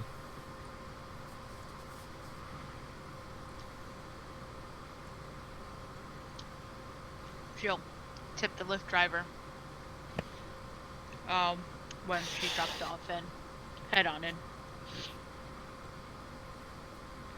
And Colin just strolls in behind you.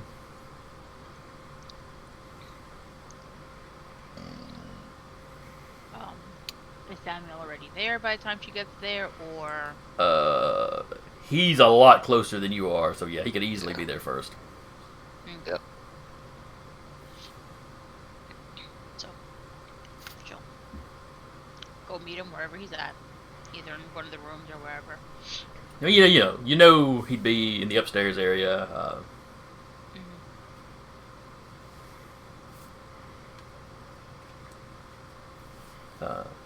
As you walk in, there's a let's see, the Toreador usually run Elysium, but this is not your average Elysium.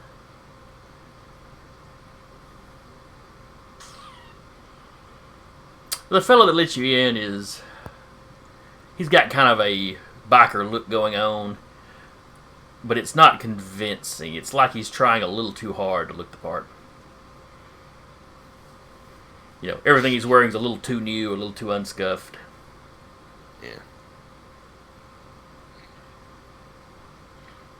But he welcomes you in. He welcomes you to Elysium. She thanks him.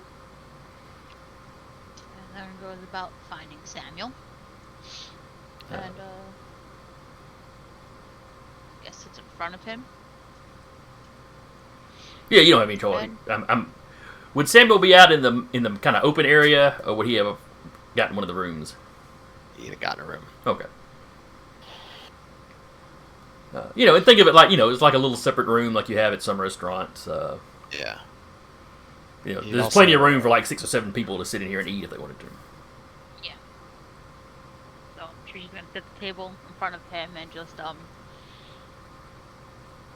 put her hands like in front of her face. He'll throw a message to Blackjack and Jolene and says, I'll be in an extended meeting tonight. Surprise. Surprise. And if Colin comes with her, she's gonna introduce Colin to Samuel and vice versa.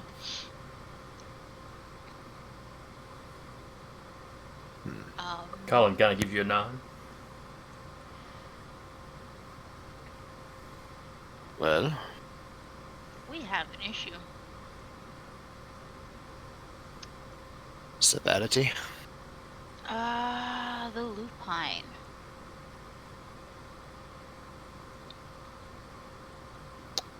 So there's a wolf pack. One right now.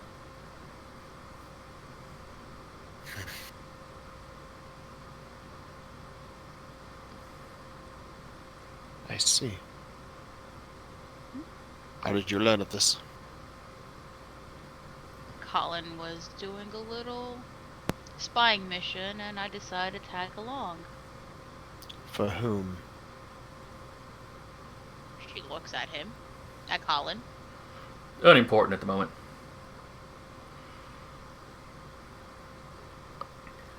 But I'd heard Actually, yes, it is. I had heard rumors of a lupine build up, and was asked by an employer to check it out. He Right. has certain business interests in the area.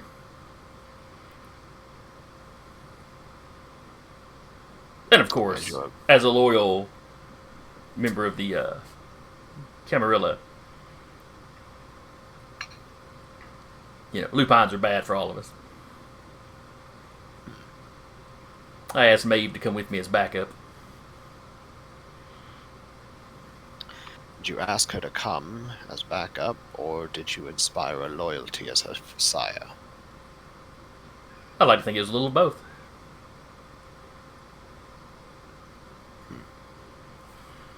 She had called in to work to spend some time with me. I had an errand to run. I asked her to come along. So if things went sideways, you could blame culpability on another instead of yourself. That's not my style. And yet you are evading the question. Ask me something that's any of your business. It is. Considering you took a member of my coterie with you, you made it my business. Oh, so you own the members of your coterie. And do you own her? I am her sire. And yet where have you been? Oh, out and about. Yes. You may not know how Gangrel do things. And you may not know how we Tremere do things. But I know it used to involve a lot of blood bonding. Then that blew up in your face. Yes. Along with your main chantry. And your And I'm local one, now that I think about it. And I'm surprised that you don't have as many animal features. Tell me, have you been taking any extracurricular things to help keep your temper in check? Self-control has always been an important philosophy of mine. my sire was an inspiration in what not to do.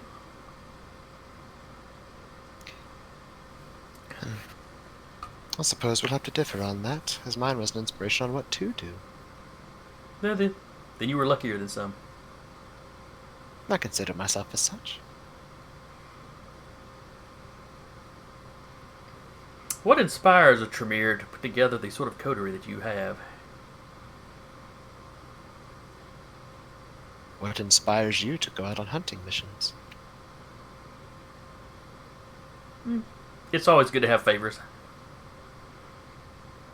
Precisely.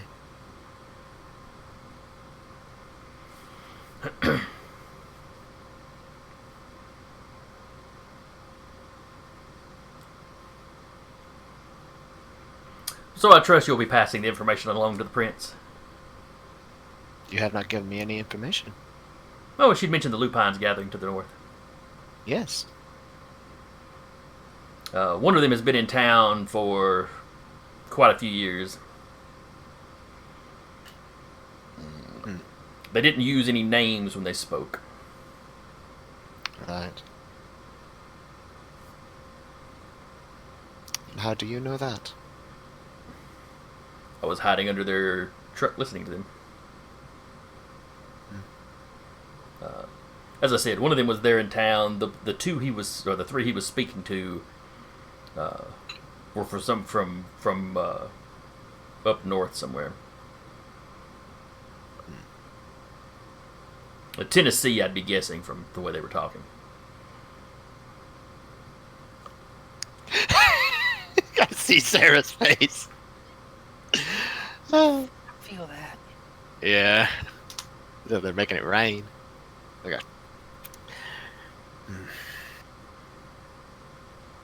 So.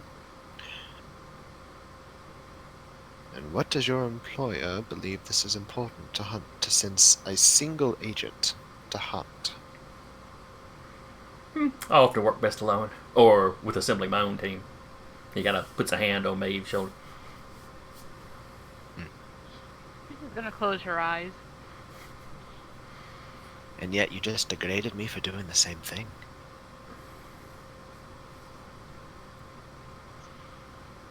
Well, you hold a domain.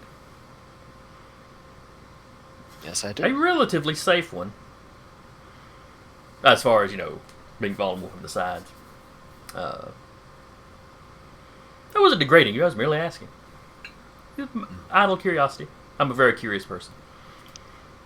Could you repeat that? You cut out a little bit for me. No. He goes, I was merely curious. I'm a very curious person. Indeed. And yet, you have not indulged my own curiosity. Why should I indulge yours? That is fair.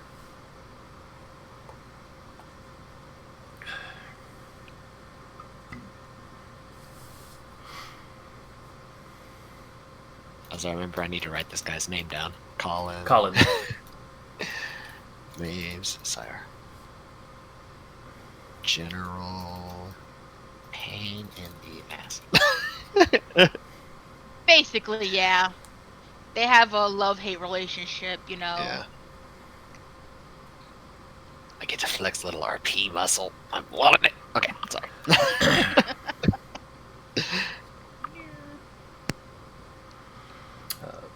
But Colin goes on. All that aside, though, it did sound like they were planning some sort of offensive. Anything in particular?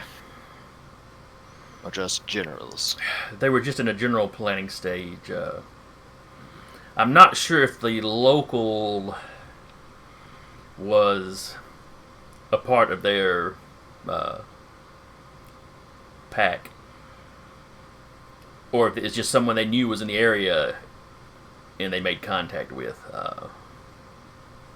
It is not often that the clans work with those outside of their own. Sometimes for larger projects they will. The out of towners seemed a little dismissive. That would be a little bit more in line. Perhaps a a lone wolf that is trying to earn a favor into a pack to be accepted by their alpha. The Lupines have their own divisions, perhaps similar to our clans. I don't know what they all are, or what the real significance of it is, but I feel like that was more of where the disdain was coming from. Well, Maybe there's some lesser thought of breed of Lupine. It depends. There are some that are warriors, some that are considered their shamans or wise speakers. It's more of a caste system in some cases.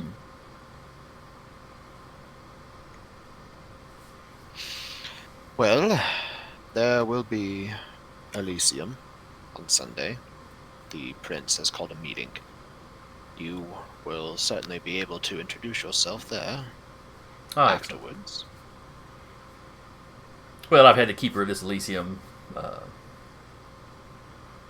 forward the Seneschal my number.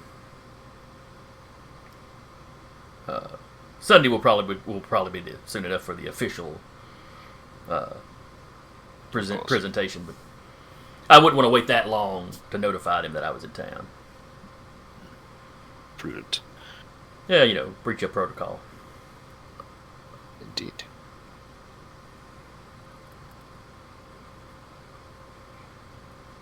Was there anything else?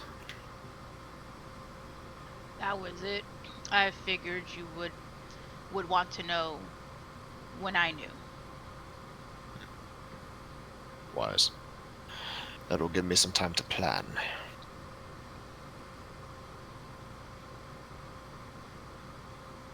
Thank you for bringing this to my attention. Of course. Wouldn't keep anything from you. Maybe except where I live, but...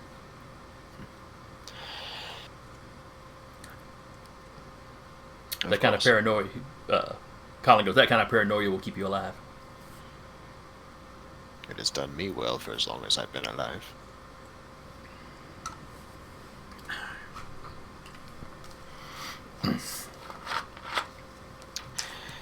Anyway, he'll look at Colin and he'll stand and offer his hand to the man.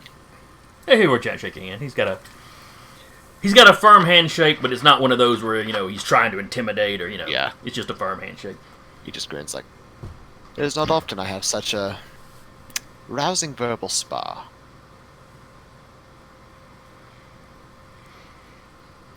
Well, I'm glad you enjoyed it. Do take care of my child. I She am, is one for of my own. some reason, attached to her. She is one of my own. She will be protected to the best of my ability. I will hold you to that.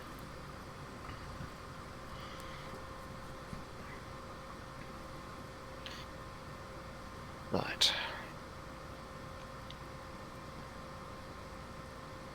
If that is all, I have more research that needs to be done.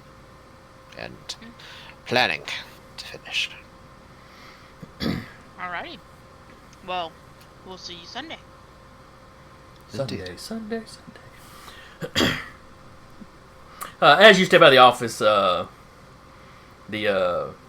Toreador that keeps this Elysium, kind of makes a little gesture to Colin, and Colin walks over and starts talking to him.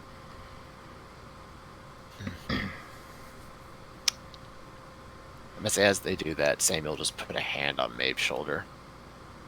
So, I know he is your sire, but how open are you with him? As open as one can be, kind of. I mean, he is my sire, but I don't always tell him everything.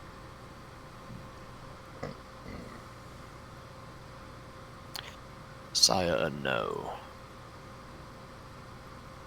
I would caution you to check your times. Not as an insult, mind you, but as he said, paranoia is what keeps us alive. I got fortunate with my sire that the Tremere seek out those of like mind. We generally get along with one another. There are others, like Jolene, that were not nearly as lucky. Yeah. Just keep a wary eye out. fact that he took you alone to go spy on a pack of werewolves is concerning.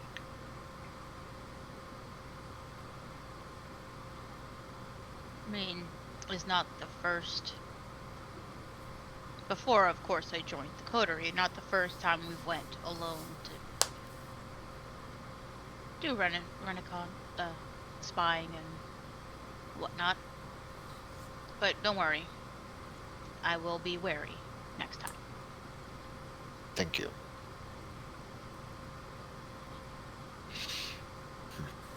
No, I don't always show it. But those who do manage to worm their way into this dead heart of mine, I'll try to protect them.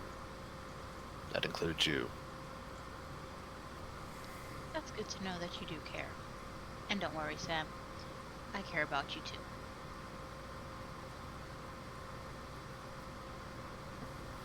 too. About that time, Colin steps back over. Well, that's all taken care of. The prince will be alerted that I am in town, and I can present myself on Sunday. Was that a DM cough or a player cough? Or a character cough? Oh, it was just DM cough, sorry. Okay. I'm sitting there going, do I need to insight that? You don't know. You've got allergies. Actually, Yes, you yes, know what? The Just very old dead vampire's like, oh, it's just my allergies. It's the pollen. just on a whim, I do want to insight that to see if he was listening. Okay. Insight in here somewhere. Would it be insight or... Yeah, it was literally insight. There is insight. Yeah, I don't yeah. know if would it be insight or awareness to notice if he was... No, insight would be more of to get his general... If he's hiding something. That's true. With Would it be awareness to see it, to notice if he was listening? I'm going to say insight, because your base is it's kind of his body language, whether you think he was tilting his head back towards you or... There. Okay. Got it. So it'd be insight plus... Probably wit. No, wait. Let's see. Composure, manipulation, charisma.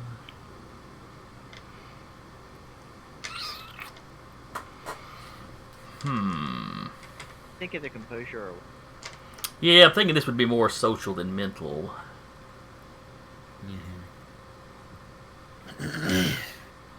Manipulation is trying to specifically do something. Yeah.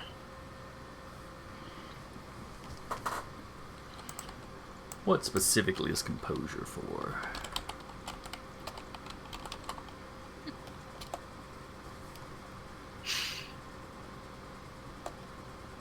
I'm here 24/7, asking things to stump the DM with. It's not hard to do. It's not hard to do on a new system that we're playing for like the 6th time. Well, I mean, I even do it to Cap. Like last time we played on Monday, I stumped him. Was like, "Hey, so can I pick up this wyvern and beat this wyvern with the other wyvern?" Just barbarian things. Just barbarian things. Yeah. And It's just Alexander amusing is to- your nature. It was just amusing to see his brain just shut down for a second as he tried to process that question. Alright, choose your traits. Does I just see the plate disappear into the darkness? Like I said, Alexander in his true state. Yeah. Gone. I love that we just unintentionally, like, perfectly, just like he's cosplaying as Nosferatu. Mm-hmm. I mean, it works perfectly. It does. No camera, so he's never seen. Darkness shrouds him after a while, It's just gone. so he's always hidden. You just see the eye, the protean eye, just like stalking up. Right. There you go. That right. I like to think every now and again you just have you actually just have a clapper that you don't use. You like clap on, and then he shows up. Mm-hmm. I'm amused by simple things. My brother Octavial! Yeah, ain't that the truth? All right. Let's see. Okay. I want to say maybe charisma. Let's go with charisma because composure is more the resistant stat. So Yeah, I think charisma just like notice social cues, maybe. we'll go with charisma.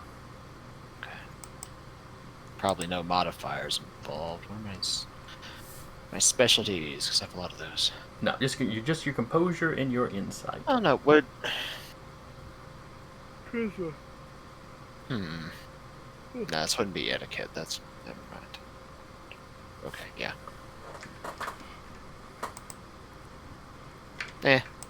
It's a 1. All right. Oh yeah, he'd need to roll his Yeah. composure.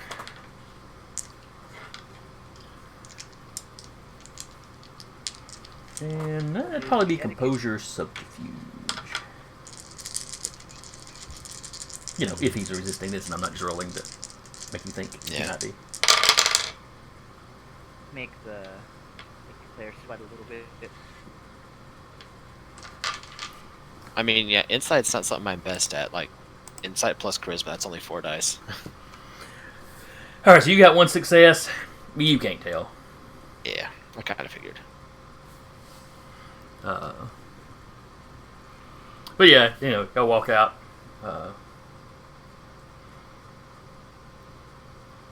Colin pulls his phone back out.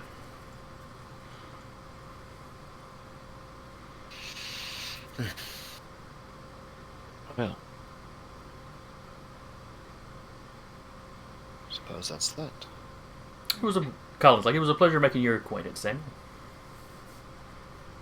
Yours as well, Colin. I expect to see you on Sunday.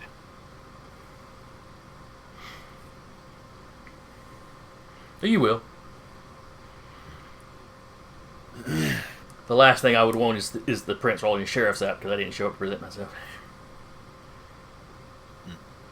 It'd be unfortunate for them and inconvenient for me. It'd be unfortunate for everyone.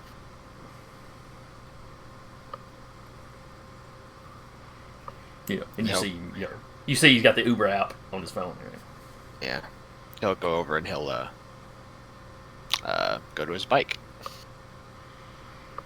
Now, is it a real high dollar bike or is it something that blends into a more average setting? It's one of those if he needs to blend in bikes. Okay.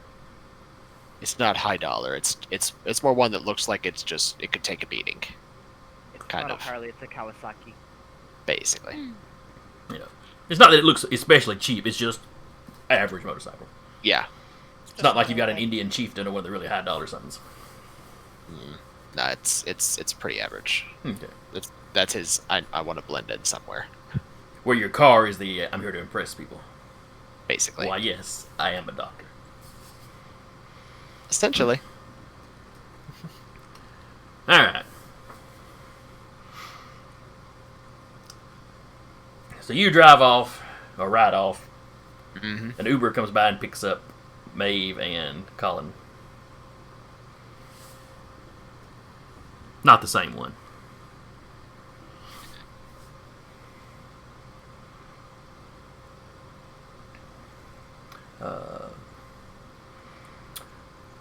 Let's see. Jolene.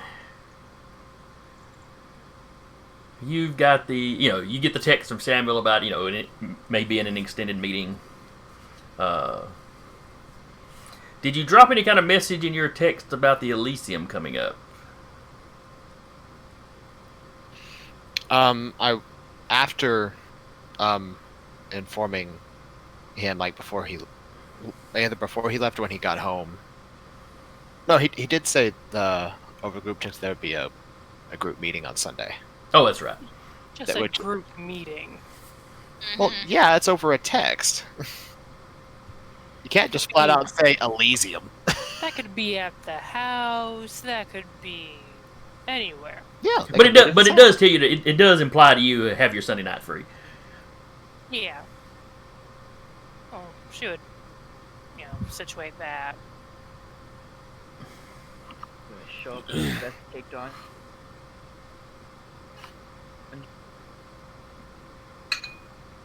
So anyway, you got that. You know, you get that text those texts while you're at work. Mm-hmm. Another fucking meeting. Your coworker's like, "What?" Nothing, just some friends.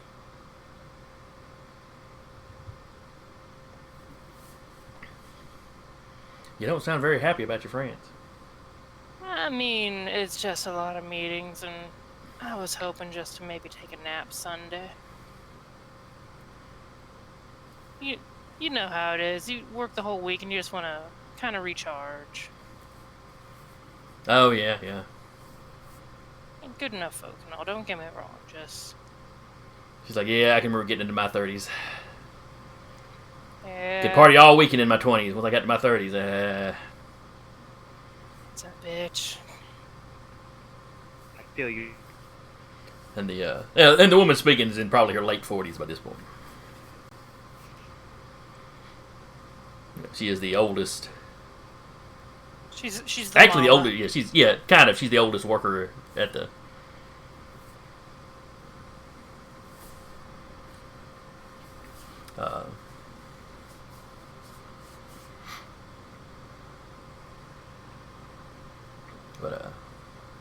So anyway, Jolene gets off work.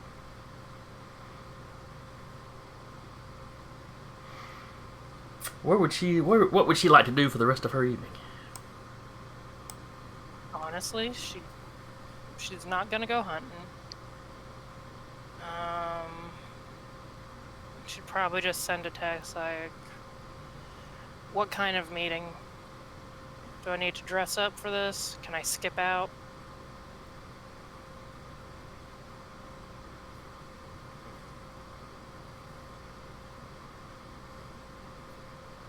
Not quite Sunday best. Guessing that's a no on skipping out. Okay.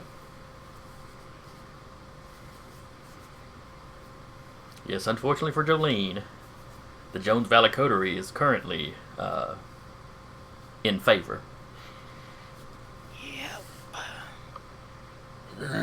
Another night of getting the side eye.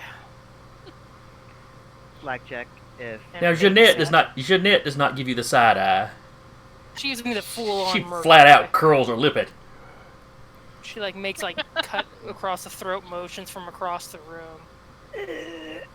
Just looks across the room like, I'll kill you.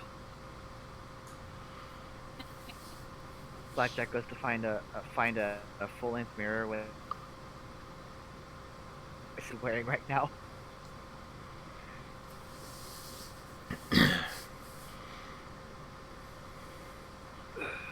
Let's see.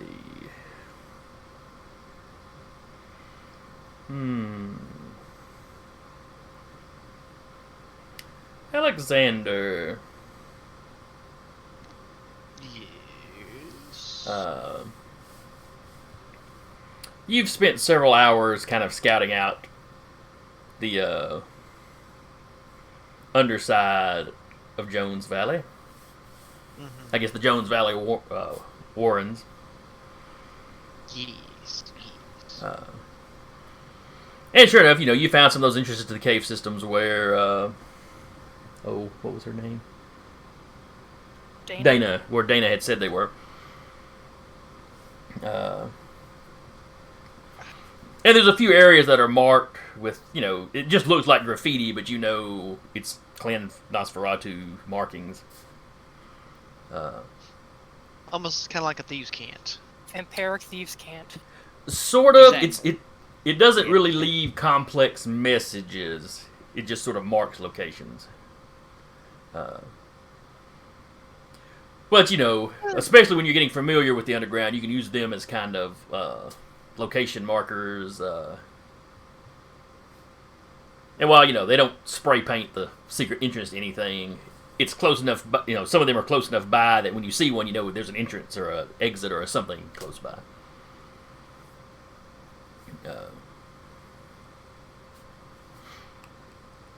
Okay. Yeah, no, he's gonna be making notes of the symbols that he sees.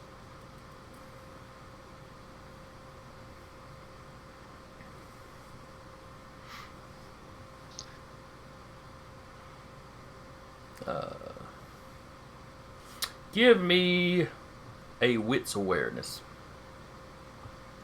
Yes, sir. Give me just.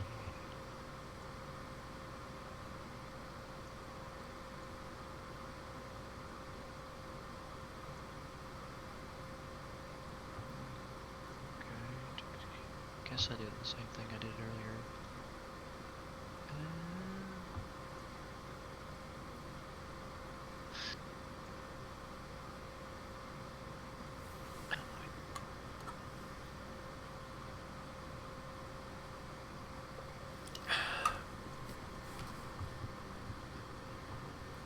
Think I did that right? Maybe? Looks like it. Looks like it. Okay. Awareness. You have 4 dice between wits and awareness. Yes, because they're both a 2. Yeah, Yes, all right. you're That's good. right then. You did All it. right. 2 Woo. successes. You know, you're kind of wrapping up your exploration for the night. You know, if crap goes down at your haven, you know where to duck into the storm drain, and you know, come up with a couple different places to run to. You've found the closest exit you can to Blackjack's farm. I don't like that. It's not right on your farm. I mean, again, just whenever I feel hungry, I just have to come up and sneak up on Bessie. First of all, Oh, and you didn't say it right. just as he's about to threaten, he freezes. Yep, you froze. We didn't hear you. You go, and then it froze. Yeah. So first of all, her name is Bethany. If you're gonna say her name, say it right. Okay, Miss Bethany. Extra large juice box. And keep in mind, Box wine. Blackjack's farm is not the only farm around here, nor is it the largest farm. His neighbor also has a farm. Clearly, you should go mess with his touchstone. And there's the entire Jones Valley farm, which is the largest urban farm, I think, in the country. Yes, So- that's exactly what I need to do. It's just like, no, Blackjack, it's okay. I'm not going after your cattle. Your neighbors have got greater cattle. Give me a minute. Oh yeah, sorry about your neighbor. He pulled a gun on me and I had to smack him through a wall. Don't worry, There's no just a masquerade desiccated- brings there's that. There's just a desiccated corpse hanging now. But anyway, you got 2 successes. So you know you're back under the more populated area of the domain.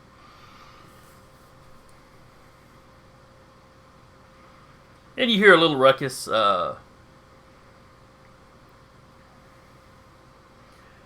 Somebody is mumbling to themselves, complaining about the smell, and why does he have to use rats for this?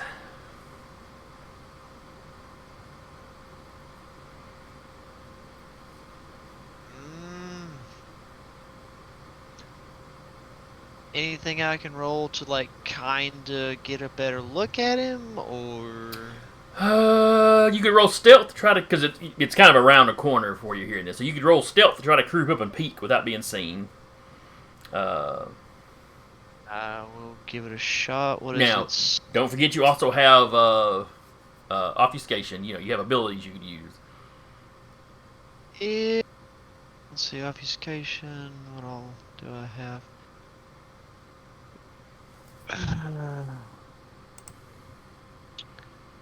Yeah, I don't know if you've got the one where you can actually move or obfuscate it or not. Oh wait, you got 3 rings of obfuscate. You probably do. Oh man, I've got the Cloak of Shadows, Unseen Passage, and the Ghost in the Machine. Cloak of Shadows, I have to stand perfectly still. Mm-hmm. Oh yeah, okay. Unseen Passage. With this power, the power can move unhidden. I think that one requires a rouse check. It does. The Yeah, Cloak it's of one Shadows rouse. doesn't, but the Unseen Passage does. Yeah, the Unseen Passage is rouse check, but I get to move and actually be hidden. Duration is 1 scene or until detection. So,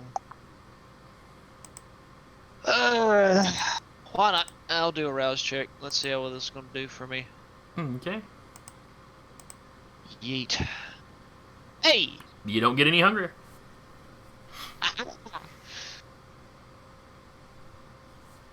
Good. So Yeah, I you- passed that. Yeah, you can boldly stride forward. I mean, he's gonna walk cautiously, but at least he knows that he shouldn't be seen. You're around the corner. There's a guy dressed mostly in black. Fairly nice clothes. Not to the level you've seen Samuel dress, but nice, office wear at least. Wearing a suit coat. Except he's got like these knee-high, bright orange kind of galoshes on. He's got essentially safety boots on to tread through this area. Basically. And he is carrying a cage that he has caught some rats in.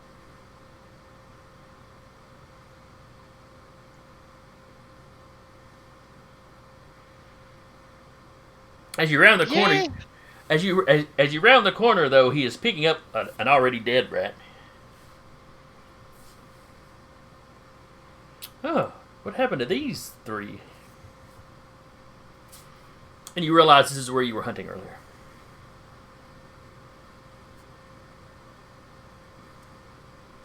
Now, would Alexander have thought to lick the wound closed on rats?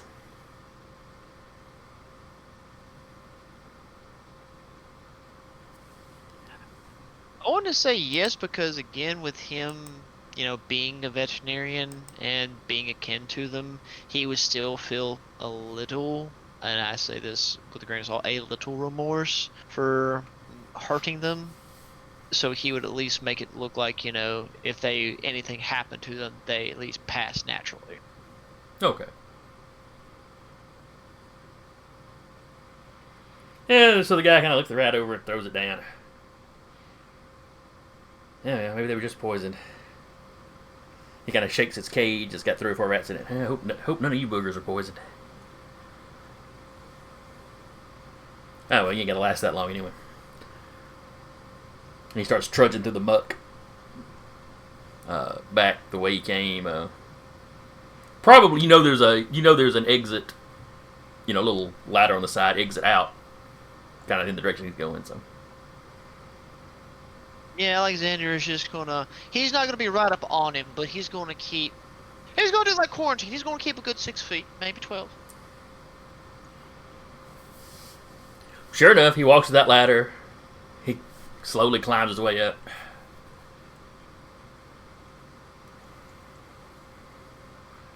Swear I don't know why I can't just breed these things for what I need, but no, it's got to be local. Locally grown. I'm sorry. Free range rats. That's Cage free. Except that he's got him in a cage now, so false advertising. I'd say he's failing then. exactly. That's false advertising. He's failing hard.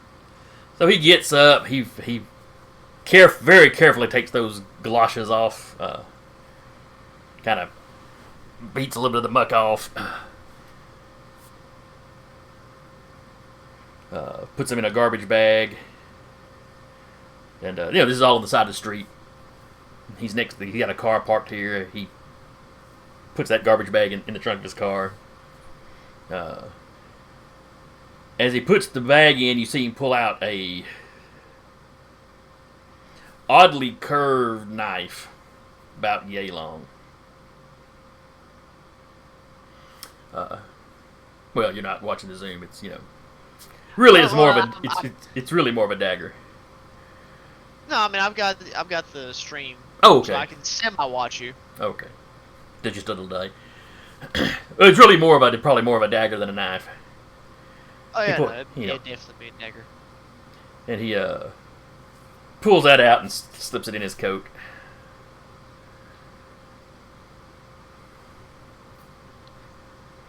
Yeah, no, Alexander is very. He's curious, but at the same time, he's like, "What are you trying to do?" He shuts his trunk. Now, do I need to roll anything to like be aware of like what the make model is, all that? Maybe you see the plate, so maybe hunt it down later. No, you got enough time while he's doing all this. You can take the time to carefully examine the car.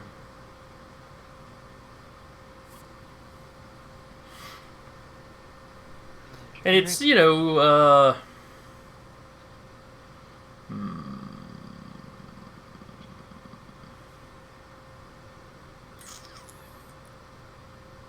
some kind of Hyundai.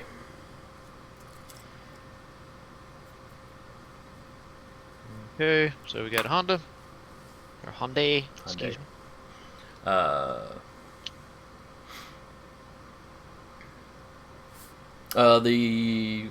It's a local tag, so it's not out of county or anything.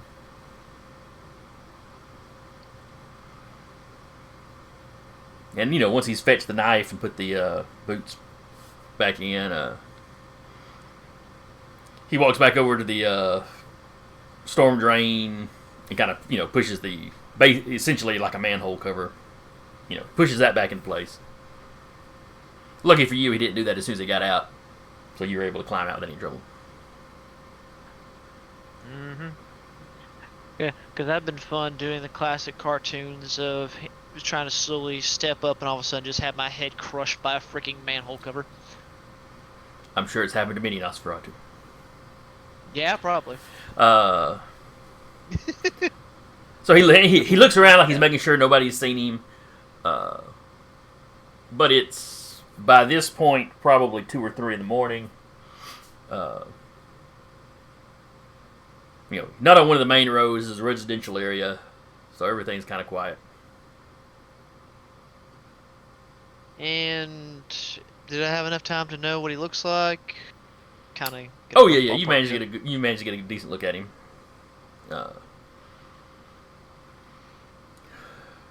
Black hair, a goatee.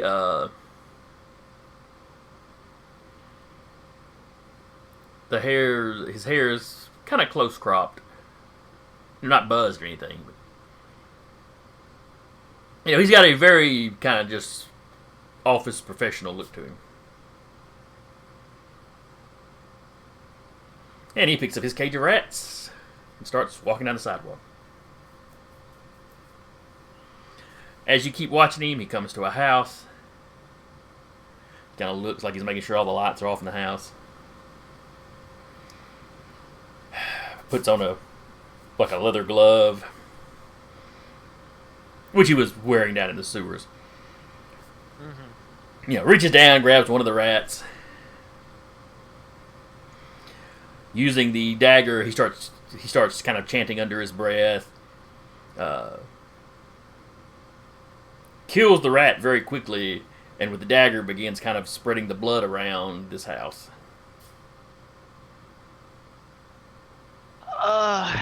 Is it possible to roll anything to see if I might be any remotely familiar with what he's trying to pull off? Sure. Roll intelligence occult.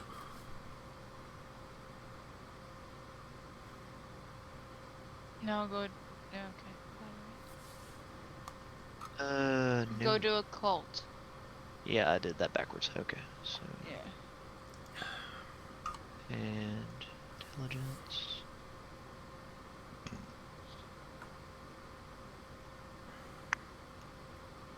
That's probably a no. You think this guy is trying to do some kind of magic. Or he could be a nut job. The Or voodoo both. that you do. Well, he's definitely trying to do some magic.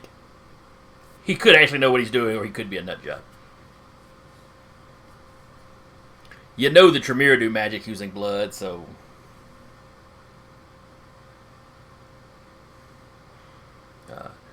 But he proceeds to basically go along the property line of the lot this house is on.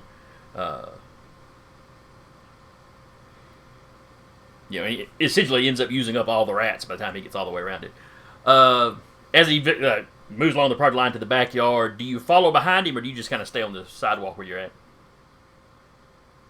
Oh, he'll stay more towards the sidewalk because he doesn't know if this is going to do anything to help heighten the senses of this guy, or if he gets too close, it's going to set up a warning, some type of thing. So he's going to kind of hang back and just watch. Like, I want to know what you're doing, but I'm not risking getting seen.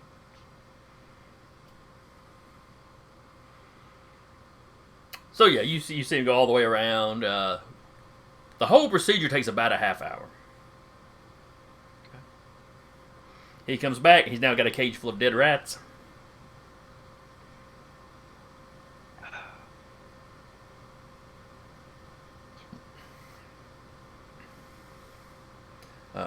Didn't even eat those. What a waste. He comes back around to kind of the center in front of the house, with a little walkway goes up to the front door. Does a little bit more chanting, both on the sidewalk outside the house. Then he steps across, onto the property, and turns around facing outwards and does some more.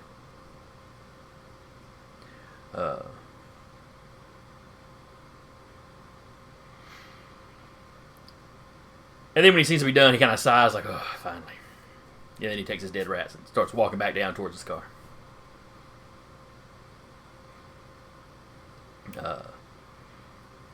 Before he gets in his car, he opens the cage, dumps them out, kind of in the gutter in front of the storm drain, and kicks the rat bodies down into the storm drain.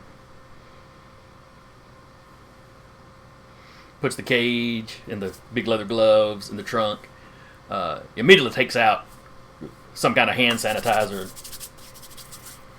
Does his hands real good. Okay, so he's a germaphobe. He's been handling sewer rats. You ain't got to be a germaphobe and want to wash your hands after that. Not everybody wants to put sewer rats in their mouth, man. I'm just saying. But They make good Capri Suns when the time is needed. And yeah. Then he proceeds. Then he pulls out his little keychain, clicks to unlock his car, climbs in, cranks up, drives off. Assuming you're not interfering with any of this. Oh no, he's not going to mess with the guy in any shape or form. Again, he's trying his best to take mental notes and whatnot of what he did, and all that. However, he's going to wait there for just a little bit of time, make sure that he's good and going, and he's going to creep up to the house that he just did all this to. Okay. And possibly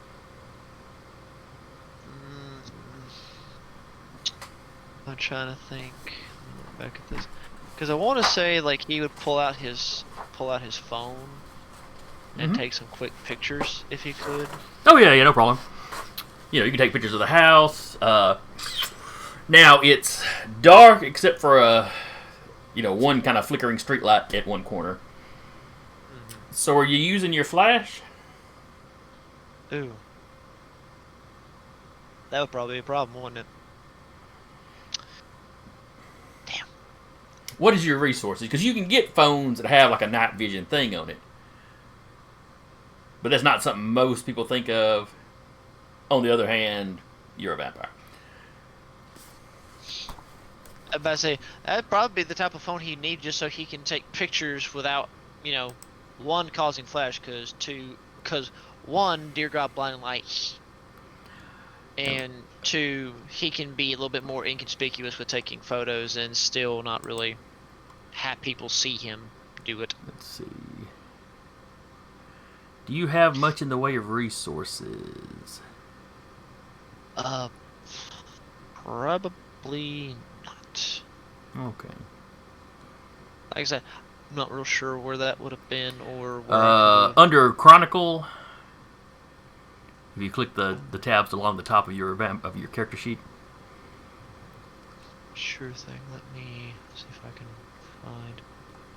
Because I know I saved the PDF. I'm just trying to remember where I saved it to.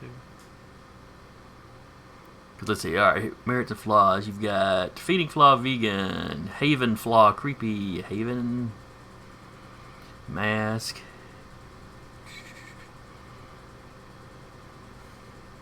Now you've got Repulsive, but you should not have gotten any points for that because you're Nosferatu, so you kind of already have that, I think. Yeah.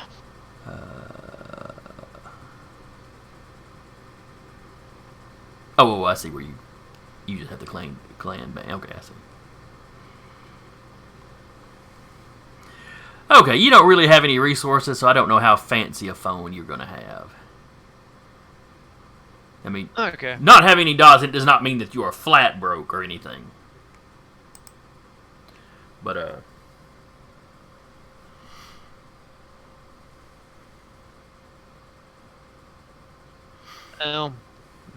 Okay. Main reason he's wanting to do this is to take it back to Samuel.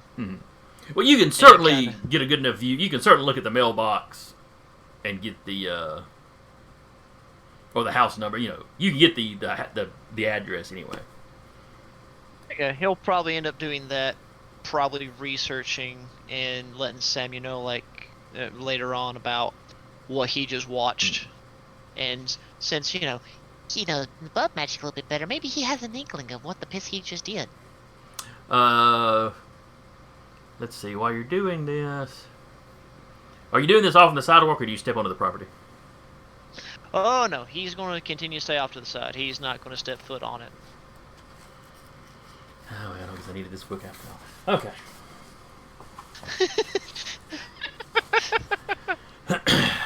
I mean, Why warning does it know circles that are it only says that- useful until you try to go across them. Well, no, that's the thing. Like, he's sitting there, like, thinking logically, you wouldn't go around the border of a house with that kind of thing without the intention of this is going to alert or do something when someone crosses the boundary. That's not unreasonable. So, in the logic sense of it, it's just like, I want to get a good look. I really want to look at what's going on, but I'm not about to get screwed over here. So I'm going to play safe. I'm going to get what information I can off the side of the house, and then my fat tail's going to scurry away. I'd be able to catch something when the car lights turn on when he drives off.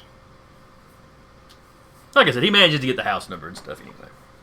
And from the outside, nothing looks special about this house compared to anything else in the neighborhood. Mhm.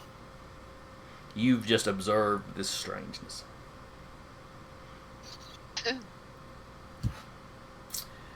All right, Blackjack. Hello. So you've taken care of your farm. You had a confrontation with the Brat Pack. What would you be doing with the rest of your evening? I've got an evening to myself. Much like Samuel, I'll probably just check on my touchstone, And what was his name again? Ignacio, Ignacio. because I had to give you some name to have struggle with. Ignacio isn't too bad. I've heard that name before, at least. Yeah. So you venture over He's to the a big next farmer. farm, and you've probably met him or spoken to him before at some point, but you don't have a lot of interaction with him. You just sometimes spend your free time at the edge of his property, Creepily watching. looking through his kitchen windows as him and his wife fix dinner, you know. Or you stroll around his property looking at what a good job he does at the farm, you know. Admiring the irrigation system. Also, well, I mean, his humanity is high enough. He can eat food. My humanity's 8, so Yeah. Oh, wow. Hey, Wow. fist bump. Oh. they can invite me to dinner. Mhm. And they Yeah. probably have at some point. Like I said, I would or- decline most of the time, but like every once in a while, yeah, sure. Let's come over for like a drink or something. I'd say I think Alexander's the only one that's like middle of the road. And they're kind of under the assumption that you work somewhere during the day, I let them assume it. and that's that seems to be kind of what they've come to the assumption of. Oh, he's got a day job, and that's why he scrambles around in the early evening to try to get the farm taken care of. I'm a little bit of a public speaker. Motivational. I'm not speaker. great at it. So I'm not great at it yet. So I'm just kind of like.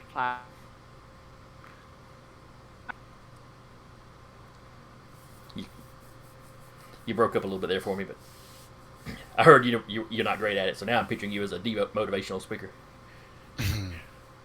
It's one of those things where like I'm not great at it, so I'm not like prolific at it just yet. So I'm working my way up the ladder, so to speak. But like I said, you don't have real regular interaction with them, but they know you on site, And sure enough, his animals look fine. It's January, so he doesn't really have anything growing, but. Yeah. After this, if I'm just kind of watching. I text Jolene. You bored? Always. You at work? Just escaped. Oh, okay. He was gonna come have some waffles. I was gonna get some waffles. Actually, me double checking a thing now just to make sure I'm not leading you astray like I led myself astray. Oh, He even just if wants to make everyone throw up at the Waffle House. everyone's gonna have a little waffle. Well, with a 7, you can make a roll to keep it down for an hour, I think. Yeah, he's at 8. Allows you to digest and taste wine. So no, he actually can't eat food. I think Jolene's the only one that can eat food. He could probably keep it down better than you did, or for longer. Well, yeah, I'm Humanity 6. I don't think he has to. He doesn't have to make a roll to keep it down. It looks like. Well, it says he can drink wine, so he can just flat out drink the wine without any trouble. Mm. Solid food. Yeah. Just get it. Vampires pretty much have to throw that stuff up eventually. Yeah. But I can throw it up at my discretion and not like on like 2 minutes later. I think there is a time frame. I think it's just before you. I thought it was just before you rest.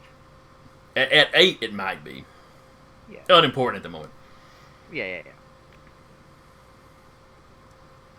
Just kind of texting Jolene while watching my touch them kind of interact. A lot of it's fuck, Joe. A lot of it is stuff like. Do you remember what it was like when you were, human? It was like 4 years ago. Yes. You're sending this out over text? No. I'm saying like past life instead of like human. Just making sure that you're being careful with the tech. At some point, if he started like giving like weird texts like that, you should just call him and be like, "Okay, what's going on? Have you been drinking? Are you drunk? Did you get one of the cows drunk and then take a sip?" I'm just a little. You don't even want to say that. Now you know why. Should've called. Now you know why some princes and privileges ban technology. Period. Yeah. Because everybody goes, "Oh, we'll be careful with it." They're not careful with it. I'm just weirdly. Samuel's very careful, but that's because he has to use technology for his work. Call it a weird nostalgia. Nostalgia can be very dangerous for a vampire. Oh yeah. Times you just long for things that used to be. Old loves, stuff like that. At least you have good memories to look back on. Think of it that way. Arguable. But thank you.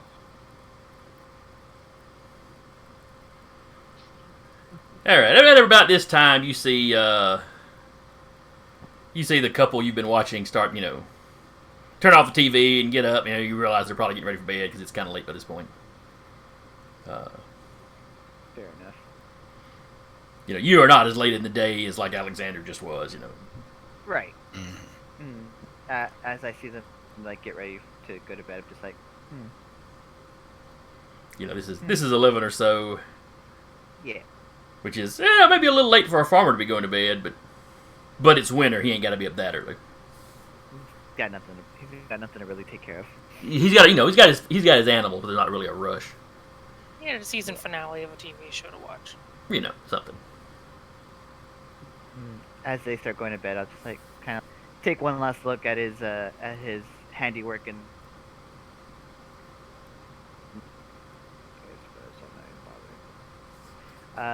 Just taking one last look at his handiwork in the fields, and then just kind of like walk off.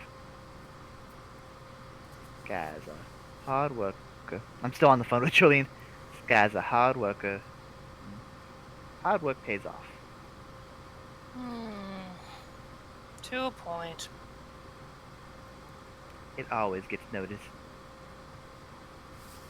Whether or not it's Right. someone you want to notice is one thing or another, but it always gets noticed. You say so, Blackjack. Should they treating him like one of the drunks that shows up? What is Blackjack's actual name? It was. I had it. It was like John Mulligan. He's like, that's not nearly cool enough for a vampire.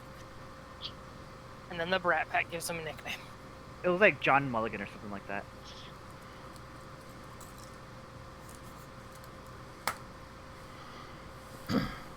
At some point, I'm going to ask you where the name Blackjack actually came from.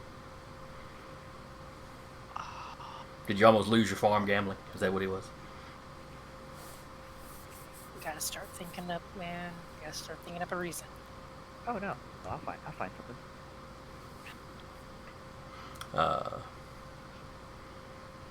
So is Blackjack venturing off of his farm? A little bit. Kind of like this time he's just kind of cruising, clear his mind. Got his truck windows down,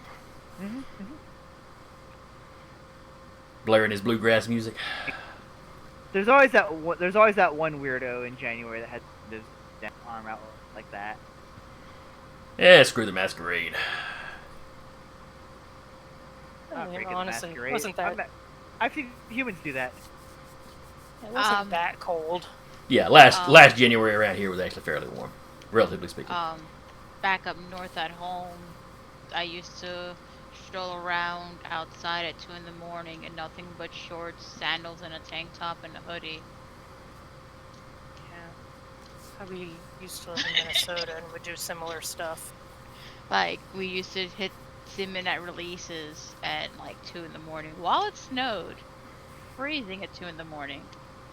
Yeah, that's what I'd wear. So. Weirdos. Yes, but you love me anyway. Yeah, he's just gonna clear his head a little bit, Okay. and that's about it probably. He's got Okay. nothing. He's got not much else to do at the moment.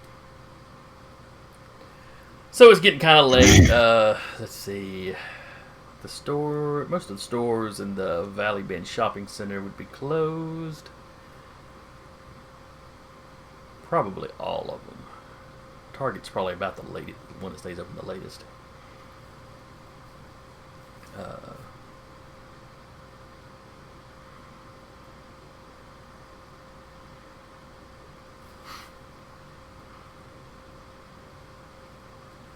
Now, are you just cruising? Is he just cruising to pass time, or is it like a patrol? A little bit of both. He's multitasking. Okay. You learn to multitask as a farmer.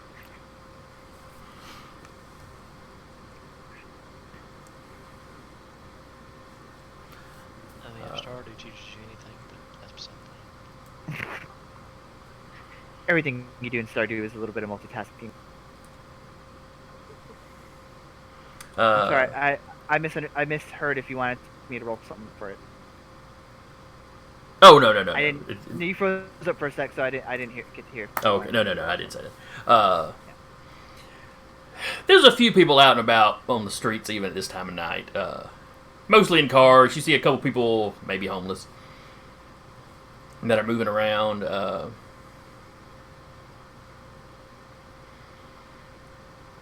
You do see one woman in short sleeves, which is all that catches your attention about her. She's got they're basically bell bottoms that she's wearing.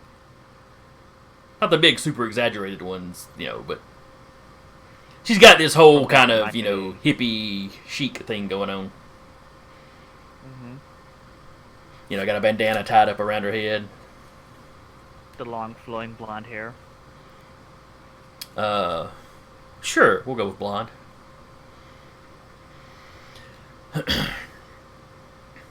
But what catches your attention aside from hippie is she's in short sleeves and just kind of strolling along.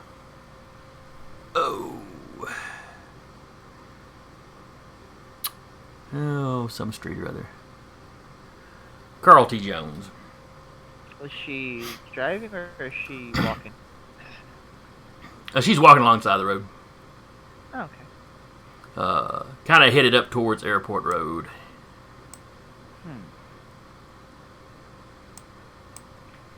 Is there a parking between Carl T and Airport? What now? A parking spot between Carl T and Airport? Oh, sure. You could. I know there's some church or other around there that's got a parking lot. I'd park at a church for potentially unholy deeds. Why would you be unholy deeding? I don't know. We'll play it by ear, DM. Sorry, storyteller. Okay, so yeah, you pull into the church park. You drive past her, you pull into a church parking lot. And just kind of walk back, playing catch up, like I hadn't been watching her the whole time. Oh, so you get out of your truck and get on the sidewalk yourself? Now,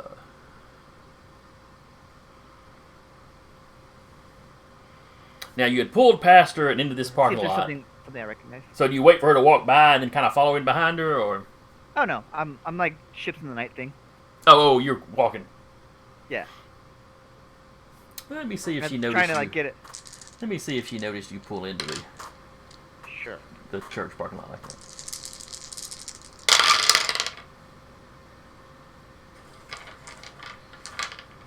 Were you trying to be subtle about it? I mean, it's one of those things where I'd like do the kind of turn in. You froze Like up on me. yeah. You do the what now? I'd say I try to be subtle. Whether or not I am subtle is a different issue. All right, let's see. Roll me. Of course. Subterfuge. Uh-huh. And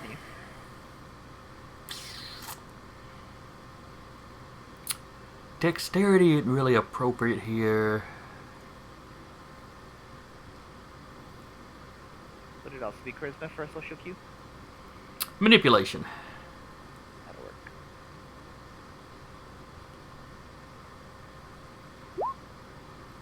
Didn't expect anything. I got nothing in subterfuge. You're a very straightforward fellow. Wow, you were only rolling 100 dice. Nice. Yeah.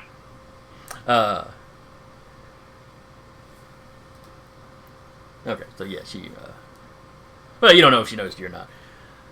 But you pull into the parking lot, you get out, and you start walking down towards her. Just kind of making eye contact with her. Well, it's dark, so, I mean, there are some street lights, but As we get close enough, I'm making eye contact. she's kind of looking at you like, You see her reach into her pocket and pull out. She's got this little like spray bottle. Ma'am, keep walking. She just kind of gives you a nod, looks back over her shoulder at you. Don't even look back. Weirdo. That's valid. I'll wait for her to like go that way, thinking I'm still being, sneaky about it, and then I'll go loop around and go back to my car and go back to my farm. As far as you know, she just keeps walking up Airport Road, which is basically a big hill, and it goes back over into the rest of town. Where you've got the Jones Valley area, and you've got like basically the mountain the ledges on top of. You've also got a pretty good sized hill over there where the Walton Mountain is, and that's what makes the Jones Valley. Right. So, basically, yeah, I'll wait for her to ostensibly go past the church and wherever else she may be going, and then I'll loop around and go get in my truck and go back to my farm. Still thinking I'm being pretty sneaky. Oh yeah, give me an awareness roll as you were walking past her. Sure. I can think if she needs to give you one too.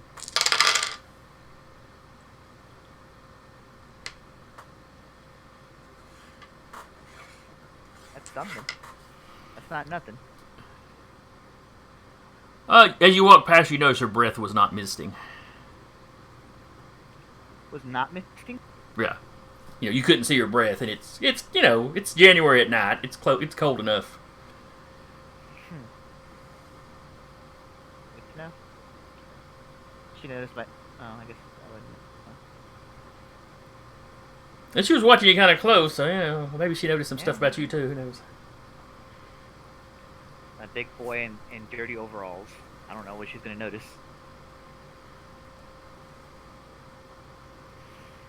Yeah, and I'll get my truck and head back to my farm. Okay. Let's see. I have a question for the storyteller. Yes, go ahead. Would I recognize my my sire like that? Oh yeah. You know exactly who she is. It's not like Okay. You're not like Jolene, who her sire could walk up and pinch her nose and she wouldn't know it was him. Right. Let's see, what was your sire's name? Lynn? Lynn, yes. Yeah. You're on decent relationships with Lynn, so yeah. You know Lynn. If she's in town, she's probably gonna swing by the farm and see how you do. We're not overtly antagonistic, but I kind of think she's an anarch. The trick is, does that really matter much to Blackjack? Not necessarily, but it might matter to his coterie, so he keeps it on the DL. So really, the Brat Pack wasn't completely wrong. You're not especially loyal to the Camarilla. It's just kind of Coterie who happens to... This is just where my farm is, so this is who I am. My loyalty is to my coterie, who happens to be part of the Camarilla, who I have to be loyal to on some level, as a result. So basically, you wouldn't go pick no fights with the Anarchs down in Decatur, but if they tried to come here, maybe a fight. Yeah, I gotta do what I gotta do. But yes, you would recognize Lynn. This is definitely not Lynn. Okay, that's kind of what I was like double checking. I was like, what are you doing? Walking the very borders of your coterie, or of your domain, it looked like. Yeah. Which, a vampire traveling through your domain is not a violation.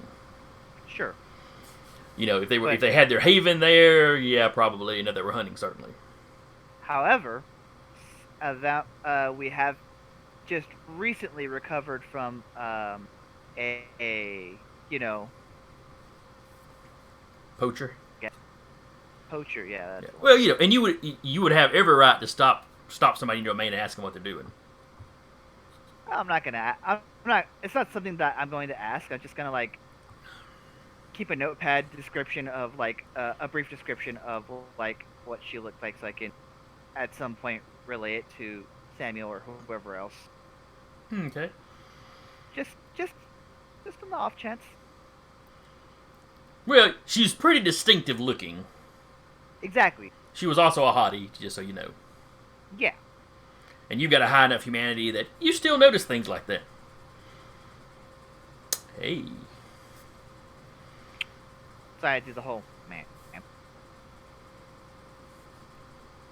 Alright, so we're going to wrap up here. When we take up next week, we will jump to Sunday. and the Elysium that's been called.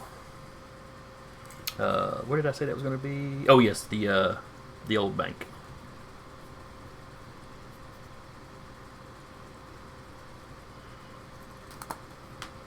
And we will see what it is the prince wishes to announce. Oh,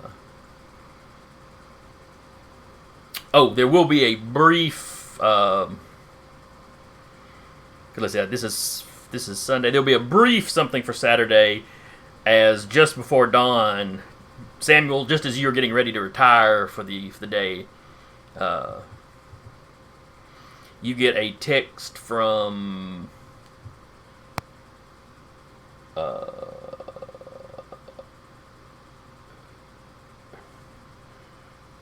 Crap, how about blanking her name again? The same student. Yeah, I don't know. I wrote her name down. Pearl, something Pearl. Started with the J. Jackie Pearl. Jackie Pearl.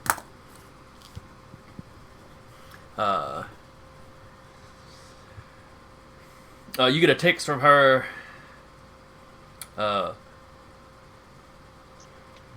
When you're up and about, headmaster wants to see you.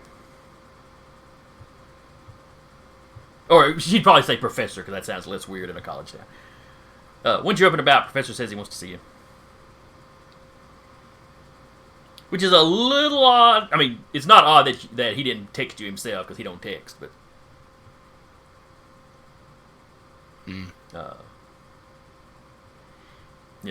but he wants to see you, ASAP, exclamation point, exclamation point, exclamation point.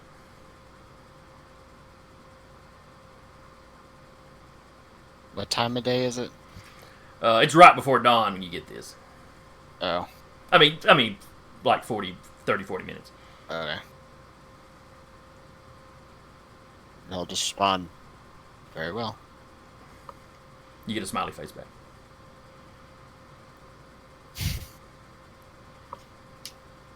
Yeah, I'll just go to bed. Yes, you can't be sure. Is she that juvenile with her text, or is she that clever? Because nobody would think anything of it when they see that. Or is it that dire? Well, I just meant her constant use of emojis. Doesn't fit in with the typical Tremere imagery.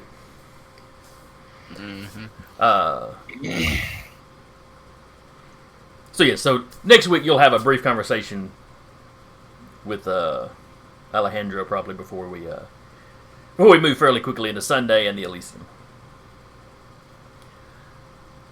Let's see. Any other questions? Everybody give yourself an experience. I'll say that now while I'm thinking about it. Yay, experience. Yeah, the superhero game I run.